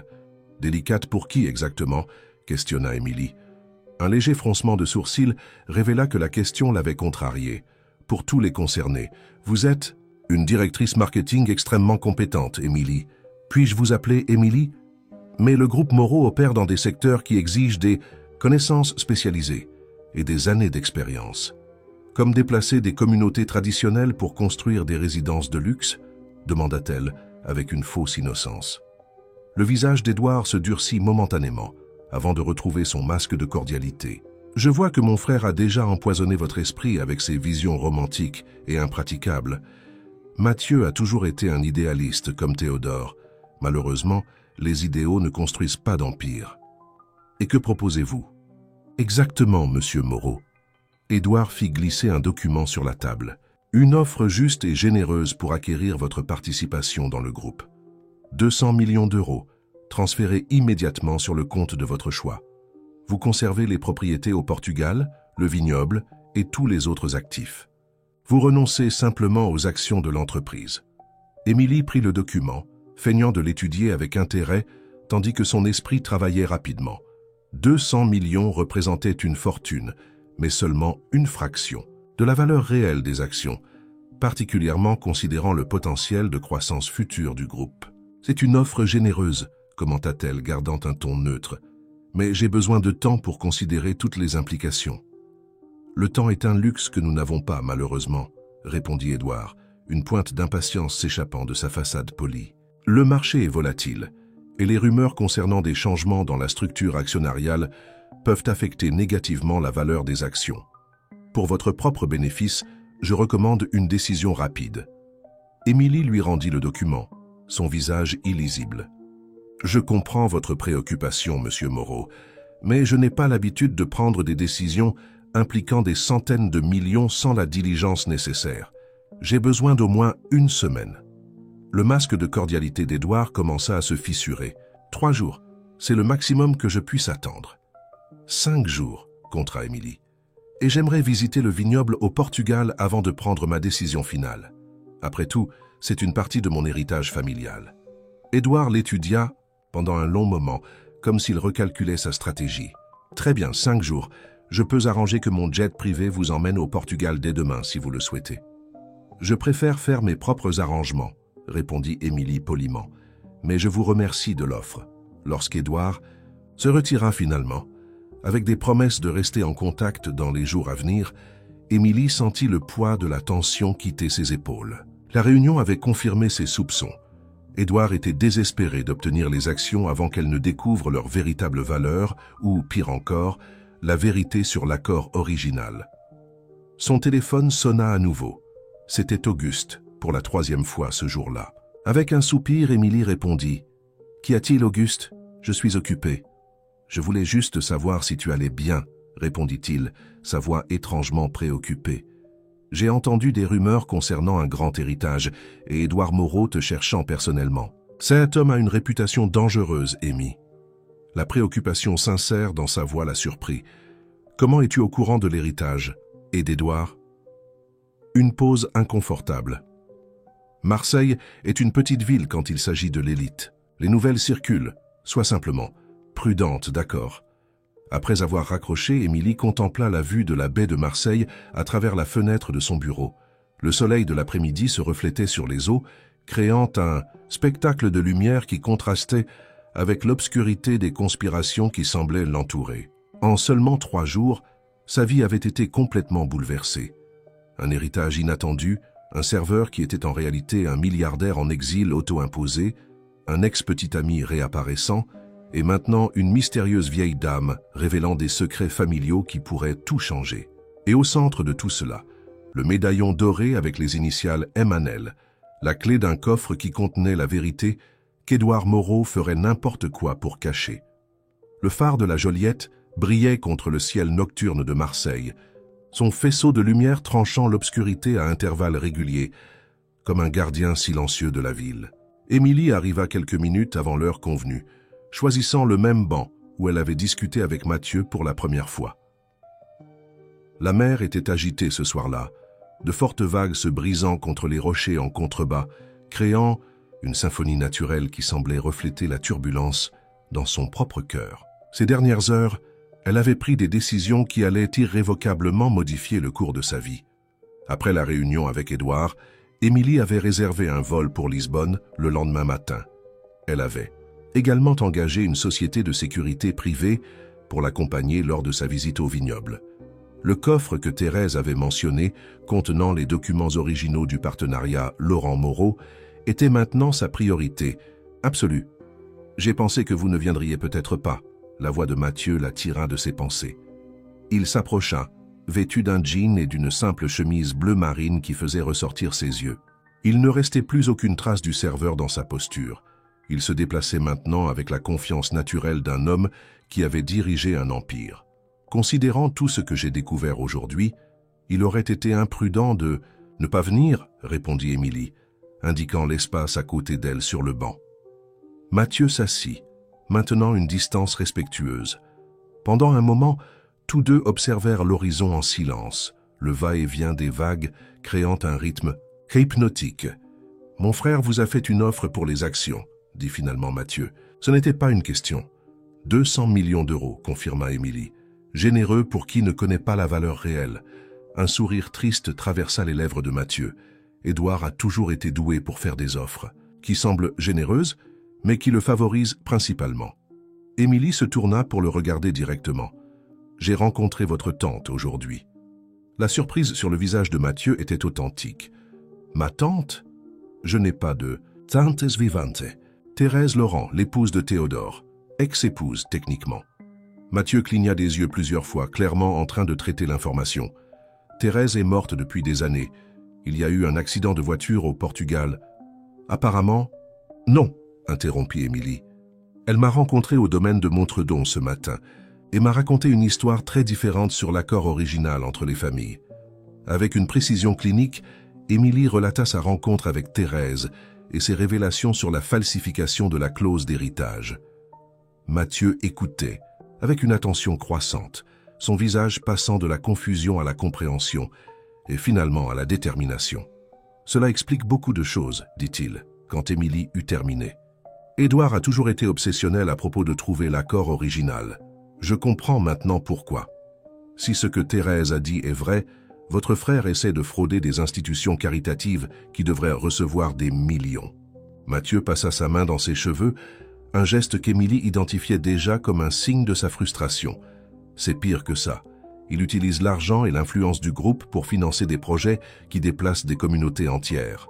Des familles qui ont vécu sur les mêmes terres depuis des générations sont expulsées pour faire place à des complexes touristiques et des résidences de luxe. « Pourquoi ne l'avez-vous pas dénoncé ?» demanda Émilie.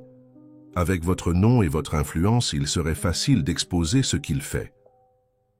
Sans preuve concrète, ce serait ma parole contre la sienne et Édouard contrôle la majorité du conseil maintenant. C'est pourquoi j'ai commencé ma propre enquête, travaillant dans des emplois ordinaires pour recueillir des témoignages des communautés affectées. » Émilie acquiesça, les pièces s'assemblant enfin. Le milliardaire déguisé en serveur ne cherchait pas seulement la connaissance de soi. Il construisait un dossier contre son propre frère. « Je vais au Portugal demain, » annonça-t-elle. « Je vais trouver les documents originaux dans le coffre. »« Du vignoble ?» Mathieu se redressa alarmé. « Seul, c'est trop dangereux. Édouard a des personnes de confiance partout, particulièrement au vignoble. Je ne serai pas seul. J'ai engagé une sécurité privée. »« Ce n'est pas suffisant, » insista Mathieu. « Laissez-moi venir avec vous. Je connais cette propriété comme ma poche. Je sais où le coffre est caché. » Émilie hésita. Bien que tout indiquait que Mathieu était du bon côté dans cette dispute, Thérèse l'avait averti d'être prudente, même avec lui. « Comment puis-je être sûre que je peux vous faire confiance ?» demanda-t-elle directement. Mathieu soutint son regard, l'intensité dans ses yeux brûlants comme le faisceau du phare derrière eux. « Vous ne pouvez pas. Tout comme je ne peux pas être absolument certain que je peux vous faire confiance. Mais je sais que ces derniers jours, j'ai trouvé en vous quelque chose que je pensais ne plus exister dans ce monde. Quelqu'un qui valorise la vérité et la justice au-dessus du pouvoir et de l'argent. Il y avait une vulnérabilité dans... » Sa voix qui toucha Émilie profondément. Avant qu'elle ne puisse répondre, son téléphone sonna. C'était Auguste à nouveau. « Je dois répondre. dit-elle, se levant et s'éloignant de quelques pas. Auguste, ce n'est vraiment pas le bon moment. Émilie, écoute, sa voix était urgente. Tu es en danger. Édouard Moreau vient d'engager le cabinet pour une procédure d'interdiction contre toi. Il allègue que tu es mentalement incapable de gérer l'héritage. Le choc la laissa momentanément sans voix. Quoi? C'est absurde. Je sais.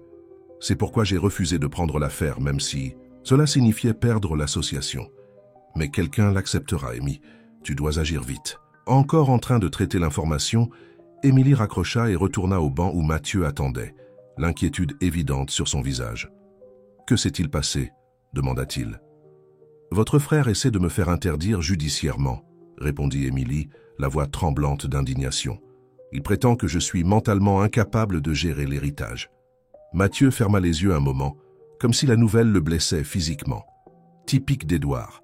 Quand il n'obtient pas ce qu'il veut avec de l'argent, il recourt à des tactiques plus sales. « Je dois aller au Portugal immédiatement » décida Émilie, avant qu'il n'obtienne une injonction m'empêchant de quitter le pays. « Je viens avec vous » insista Mathieu. « Mon jet privé est à l'aéroport, nous pouvons partir ce soir même. » Émilie hésita seulement une seconde avant d'acquiescer. Les événements se déroulaient trop rapidement pour qu'elle puisse naviguer seule dans ces eaux dangereuses. Et quelque chose dans son cœur lui disait que Mathieu était digne de confiance, malgré toutes les raisons logiques de douter.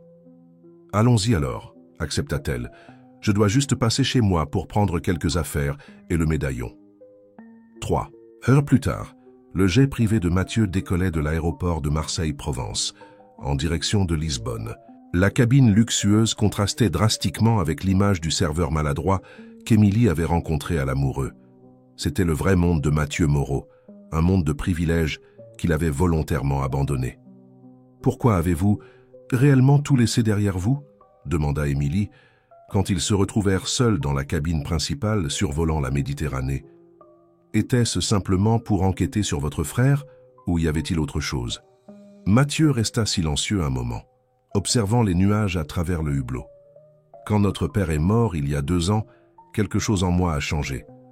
Robert Moreau avait construit un empire basé sur des valeurs, durabilité, respect, des communautés locales, préservation culturelle.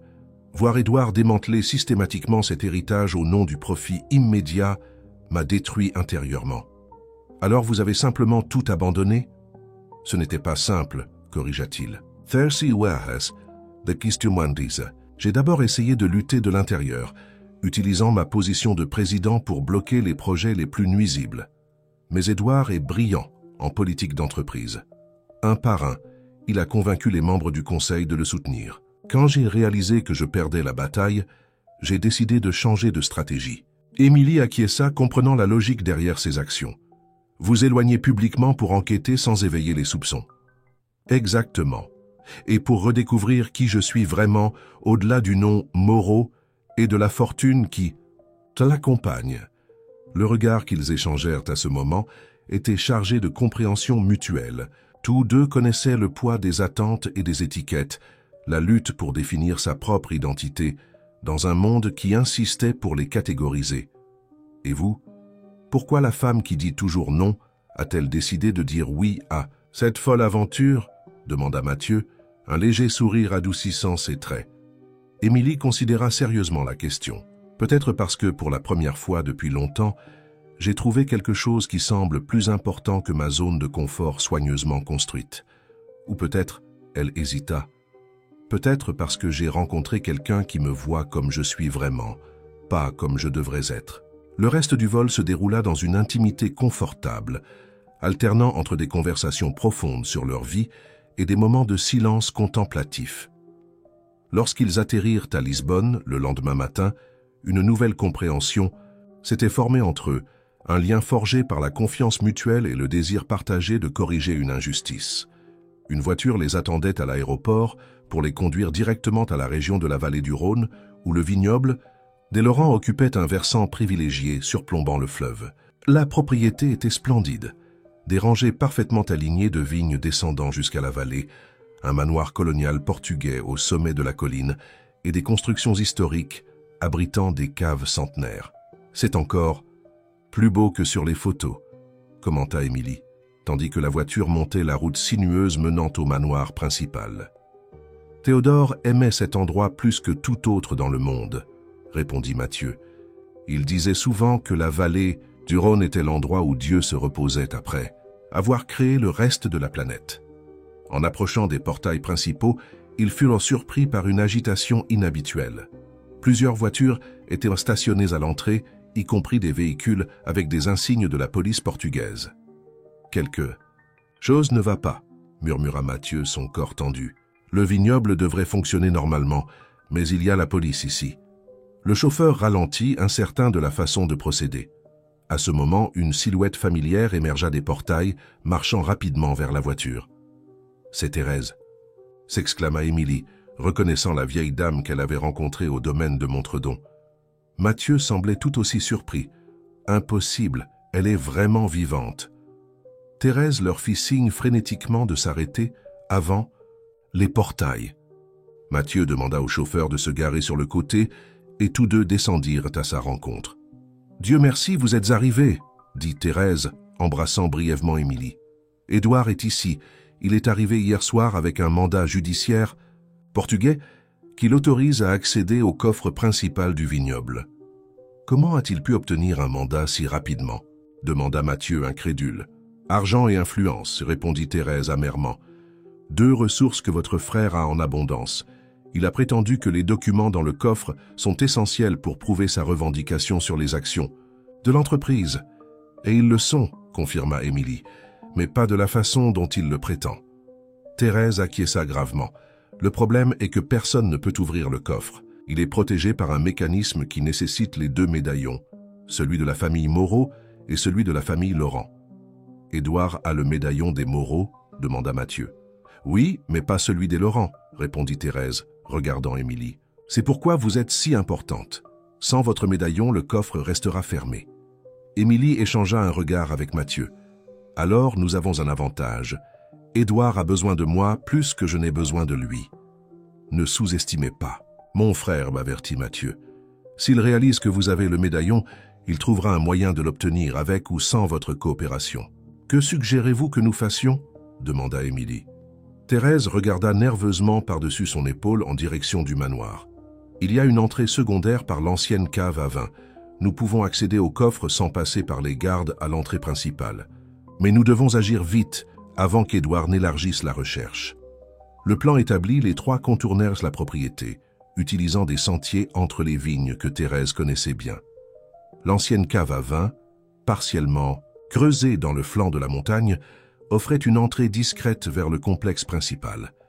Le coffre est dans la salle de vieillissement, expliqua Thérèse, les guidant à travers des corridors remplis de fûts de chêne. Il a été construit il y a plus de 60 ans, quand Théodore et Robert ont formalisé leur partenariat. En arrivant dans la salle indiquée, une vaste chambre où des rangées de bouteilles vieillissaient dans des niches creusées dans la roche, Thérèse désigna une section apparemment ordinaire du mur. Il est là, derrière ce panneau. Mathieu s'approcha, appuyant sur une séquence spécifique de points sur le panneau de bois.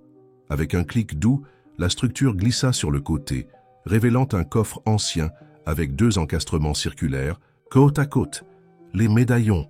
chuchota Émilie, comprenant immédiatement le mécanisme. Avant qu'il ne puisse continuer, le son de pas résonna dans le corridor qu'ils venèrent de parcourir. Thérèse pâlit. « Édouard, il a dû remarquer notre présence. » « Vite, pressa Mathieu, les médaillons. » D'une main tremblante, Émilie sortit le médaillon doré de sa poche, tandis que Mathieu produisait un médaillon identique, bien que portant des signes visibles d'usure. Simultanément, ils placèrent les pièces dans les encastrements du coffre. Un mécanisme interne tourna avec un bruit métallique, et la porte du coffre s'ouvrit lentement. À l'intérieur, un unique dossier en cuir reposait sur une étagère de velours. Mathieu le saisit rapidement, l'ouvrant pour révéler des documents jaunis par le temps. Ses yeux parcoururent rapidement le texte et une expression de triomphe illumina son visage. « Thérèse avait raison, déclara-t-il. La clause originale spécifie clairement qu'en l'absence d'héritier direct, les actions doivent être dirigées vers des œuvres sociales à Marseille et non transférées à l'autre famille. Édouard a falsifié la copie. » Le bruit des pas se rapprochait. « Nous n'avons pas le temps, alerta Thérèse. Prenez les documents et partons. » Mais il était trop tard. Édouard Moreau apparut à l'entrée de la salle, accompagné de 2 hommes en costume qui n'étaient clairement pas des employés du vignoble. « Quelle touchante réunion !» commenta Édouard, son ton faussement jovial. « Mon frère idéaliste, l'héritière méfiante et la veuve qui devrait être morte. Tous unis par le noble objectif de m'empêcher de sauver l'empire que nos pères ont construit. »« Sauver ?»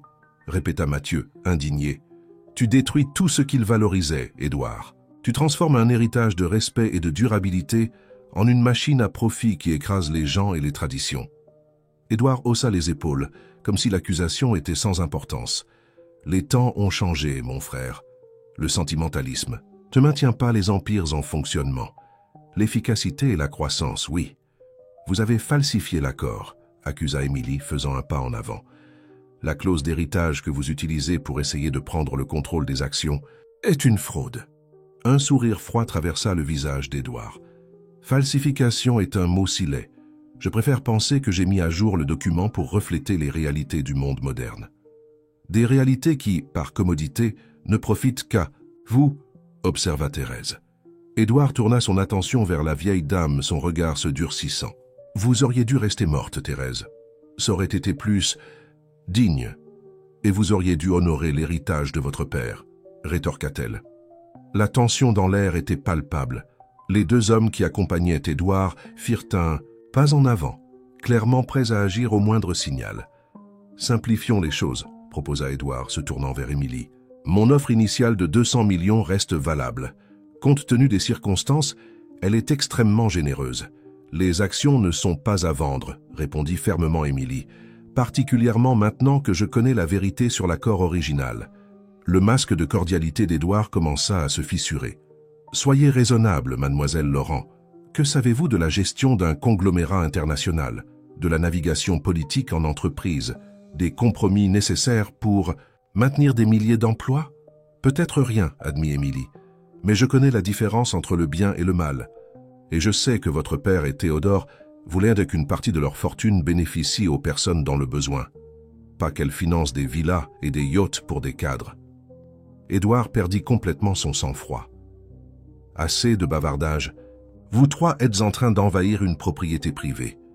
Mes hommes vous escorteront dehors et confisqueront tous les documents que vous avez illégalement retirés du coffre. » C'est à ce moment que l'inattendu se produisit.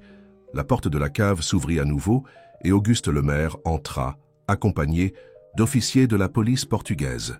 « Je crains que ce ne soit pas si simple, monsieur Moreau, » dit Auguste, présentant des références officielles. « Je suis ici en représentant des autorités françaises, en coopération avec la police portugaise, enquêtant sur des allégations de fraude documentaire et tentatives d'appropriation indue. » Le choc sur le visage d'Édouard était évident. « C'est absurde. Qui êtes-vous » ?« Auguste Lemaire, procureur fédéral français, » répondit-il, avec une formalité qu'Émilie n'avait jamais vue chez lui. Apparemment, mon ex-petit ami s'est impliqué dans une situation plus complexe que je ne l'avais initialement imaginé. Émilie regarda Auguste, complètement stupéfaite. « Tu es procureur fédéral? Depuis quand ?»« Depuis 2 ans, » répondit-il, avec un sourire embarrassé. « Cette histoire sur le cabinet Albuquerque and Monteiro n'était qu'une façon de me rapprocher de toi, sans révéler mon enquête sur le groupe Moreau. » La révélation laissa Émilie momentanément sans voix. Tout ce qui s'était passé ces derniers jours commençait à s'assembler dans un tableau complètement différent. Tandis que la police portugaise détenait Édouard et ses hommes pour interrogatoire, Auguste expliqua la situation à Émilie, Mathieu et Thérèse dans une salle privée du manoir. « Nous enquêtons sur Édouard Moreau depuis presque 1 an, révéla-t-il. Blanchiment d'argent, fraude documentaire, corruption de fonctionnaires pour approuver des projets immobiliers irréguliers. Quand j'ai appris que Théodore était décédé et que tu étais l'héritière, Émilie, j'ai compris qu'Édouard tenterait de prendre le contrôle des actions d'une manière ou d'une autre. Alors tu es réapparu dans ma vie pour me protéger ?» demanda Émilie, encore en train de traiter la révélation. Auguste acquiesça, semblant sincèrement embarrassé. « C'était mon devoir en tant que procureur. Mais aussi, il hésita. J'espérais que ce serait une opportunité de réparer les erreurs du passé entre nous. » Émilie regarda d'Auguste à Mathieu, qui observait l'interaction en silence. 3. Jours auparavant, sa vie était prévisible et contrôlée. Maintenant, elle se trouvait au centre d'un conflit international, avec deux hommes qui représentèrent des chemins complètement différents pour son avenir. Que va-t-il se passer? Maintenant, demanda-t-elle s'adressant à Auguste, mais regardant Mathieu. Les documents originaux seront analysés par des experts, répondit le procureur. Si leur authenticité est confirmée, la clause originale prévaudra. Les actions que vous avez héritées seront dirigées vers les œuvres sociales à Marseille, conformément aux souhaits de Théodore et Robert. Et Édouard? Demanda Thérèse. Il fera face à des poursuites en France et au Portugal, répondit Auguste. Les preuves contre lui sont substantielles, mais le processus juridique peut être long. Un silence s'installa dans la pièce, chacun absorbant les implications de ce qui venait de se produire. Finalement, Mathieu parla. Qu'adviendra-t-il du groupe Moreau? Sans Édouard et avec 40% des actions destinées à des œuvres caritatives, la gouvernance sera compliquée. Auguste se tourna vers lui. C'est là que vous intervenez, n'est-ce pas? Le conseil d'administration vous a toujours respecté. Avec Édouard hors jeu, il pourrait vous demander de revenir. Mathieu semblait troublé par cette perspective. Je ne suis pas sûr de vouloir retourner à cette vie. Parfois, intervint doucement Thérèse, nos désirs personnels doivent céder devant nos responsabilités. Robert aurait voulu que vous préserviez son héritage, Mathieu. Émilie observait cette conversation, soudain consciente qu'elle se trouvait à un carrefour de sa propre vie. Les événements des derniers jours avaient ébranlé les fondations même de son existence soigneusement organisée. Elle avait goûté à l'aventure, au danger, à la possibilité d'un amour naissant. Pouvait-elle vraiment retourner à sa vie d'avant? Et vous, Émilie? La voix d'Auguste la tira de ses réflexions. Que ferez-vous maintenant? Tous les regards se tournèrent vers elle. Émilie réalisa que, pour la première fois depuis longtemps, elle avait une véritable liberté de choix. L'héritage, même sans les actions, la rendait financièrement indépendante. Elle pourrait quitter son travail, voyager, explorer de nouveaux horizons. Ou elle pourrait rester, utiliser sa position et son influence pour faire une différence, peut-être en collaborant avec les œuvres caritatives qui recevraient les actions. Et puis il y avait la question de son cœur. Auguste, représentant un passé qu'elle avait cru fermé à jamais, mais qui montrait maintenant une profondeur et une intégrité qu'elle n'avait pas reconnues auparavant. Et Mathieu, une nouvelle possibilité, un homme qui semblait la comprendre d'une manière que personne n'avait jamais fait. « Je ne sais pas encore, répondit-elle honnêtement. Ces derniers jours ont tout changé. J'ai besoin de temps pour réfléchir, pour comprendre ce que je veux vraiment. » « Le temps est un luxe que vous pouvez maintenant vous permettre, sourit Thérèse. Théodore aurait été si fier de vous, ma chère. Vous avez fait face à l'adversité avec courage et intégrité, exactement comme il l'espérait.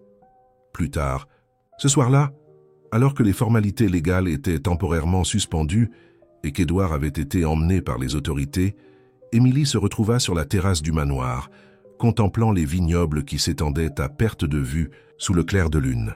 C'était un héritage qui représentait bien plus que de l'argent. C'était l'histoire de deux familles, de leurs rêves, de leurs ambitions et de leurs principes. Elle sentit une présence derrière elle et se retourna pour voir Mathieu, tenant 2 verres de vin. Du Château Laurent 1985, dit-il, lui offrant un verre. Le millésime préféré de votre grand-oncle. Émilie accepta le verre, leurs doigts se frôlant brièvement. À Théodore et Robert, proposa-t-elle pour porter un toast. Et à la vérité finalement révélée. À la vérité, acquiesça. Mathieu, ses yeux fixés sur les siens. Ils burent en silence, laissant le vin dévoiler ses complexités sur leur palais, des notes de fruits mûrs, de terre, de soleil portugais et d'années de patience. C'était comme goûter l'histoire elle-même. « Que ferez-vous maintenant ?» demanda finalement Émilie, faisant écho à la question qu'on lui avait posée plus tôt. Mathieu contempla son verre un moment avant de répondre. « Je ne sais pas. Une partie de moi veut retourner au groupe, honorer la vision de mon père. Une autre partie a goûté à la liberté, à la simplicité, et hésite à l'abandonner. » « Vous pourriez avoir les deux, suggéra Émilie. Diriger différemment, être présent sans être prisonnier du rôle. Un sourire éclaira le visage de Mathieu. Comme servir occasionnellement dans un restaurant pour garder les pieds sur terre? Exactement, rit-elle. Bien que je suggérerais de prévenir les clients cette fois pour éviter les chocs. Leur rire partagé résonna dans l'air nocturne, créant un moment de légèreté après les tensions de la journée. Lorsque le silence revint, il était confortable, comme celui qui existe entre deux vieux amis. « Et vous et Auguste ?» demanda Mathieu avec une casualité étudiée qui ne masquait pas complètement son intérêt. Émilie soupira. « C'est compliqué. Ce qu'il a fait aujourd'hui était noble, et je lui en suis reconnaissante. Mais notre histoire est marquée par la douleur. Certaines blessures ne guérissent jamais. » Complètement. Et nous? La question était douce, presque hésitante. Émilie se tourna pour lui faire face, la lueur de la lune éclairant ses traits. « Nous sommes un chapitre qui commence à peine, n'est-ce pas? Une possibilité née dans les circonstances les plus improbables. »« La vie a une façon étrange de nous surprendre, » répondit Mathieu, posant délicatement sa main sur la sienne. « Parfois, les meilleures histoires commencent dans les endroits les plus inattendus. Comme un restaurant pendant une panne d'électricité, » sourit Émilie. « Ou un phare par une nuit d'orage, » ajouta-t-il. Alors qu'ils se tenaient là, sous les étoiles portugaises, entourés par l'héritage de leur famille, Émilie Laurent, la femme qui avait toujours dit non, sentit son cœur s'ouvrir à la possibilité de dire oui. Non pas à une relation forcée par les attentes sociales, mais à une connexion née de la compréhension mutuelle, du respect et peut-être, avec le temps, de l'amour. L'avenir était incertain, rempli de décisions à prendre et de chemins à explorer. Mais pour la première fois depuis longtemps, cette incertitude ne l'effrayait pas. Elle l'accueillait comme une amie, une compagne dans le voyage qu'était la vie. Et tandis que la lune continuait sa trajectoire dans le ciel nocturne, Émilie et Mathieu restèrent sur la terrasse, partageant des histoires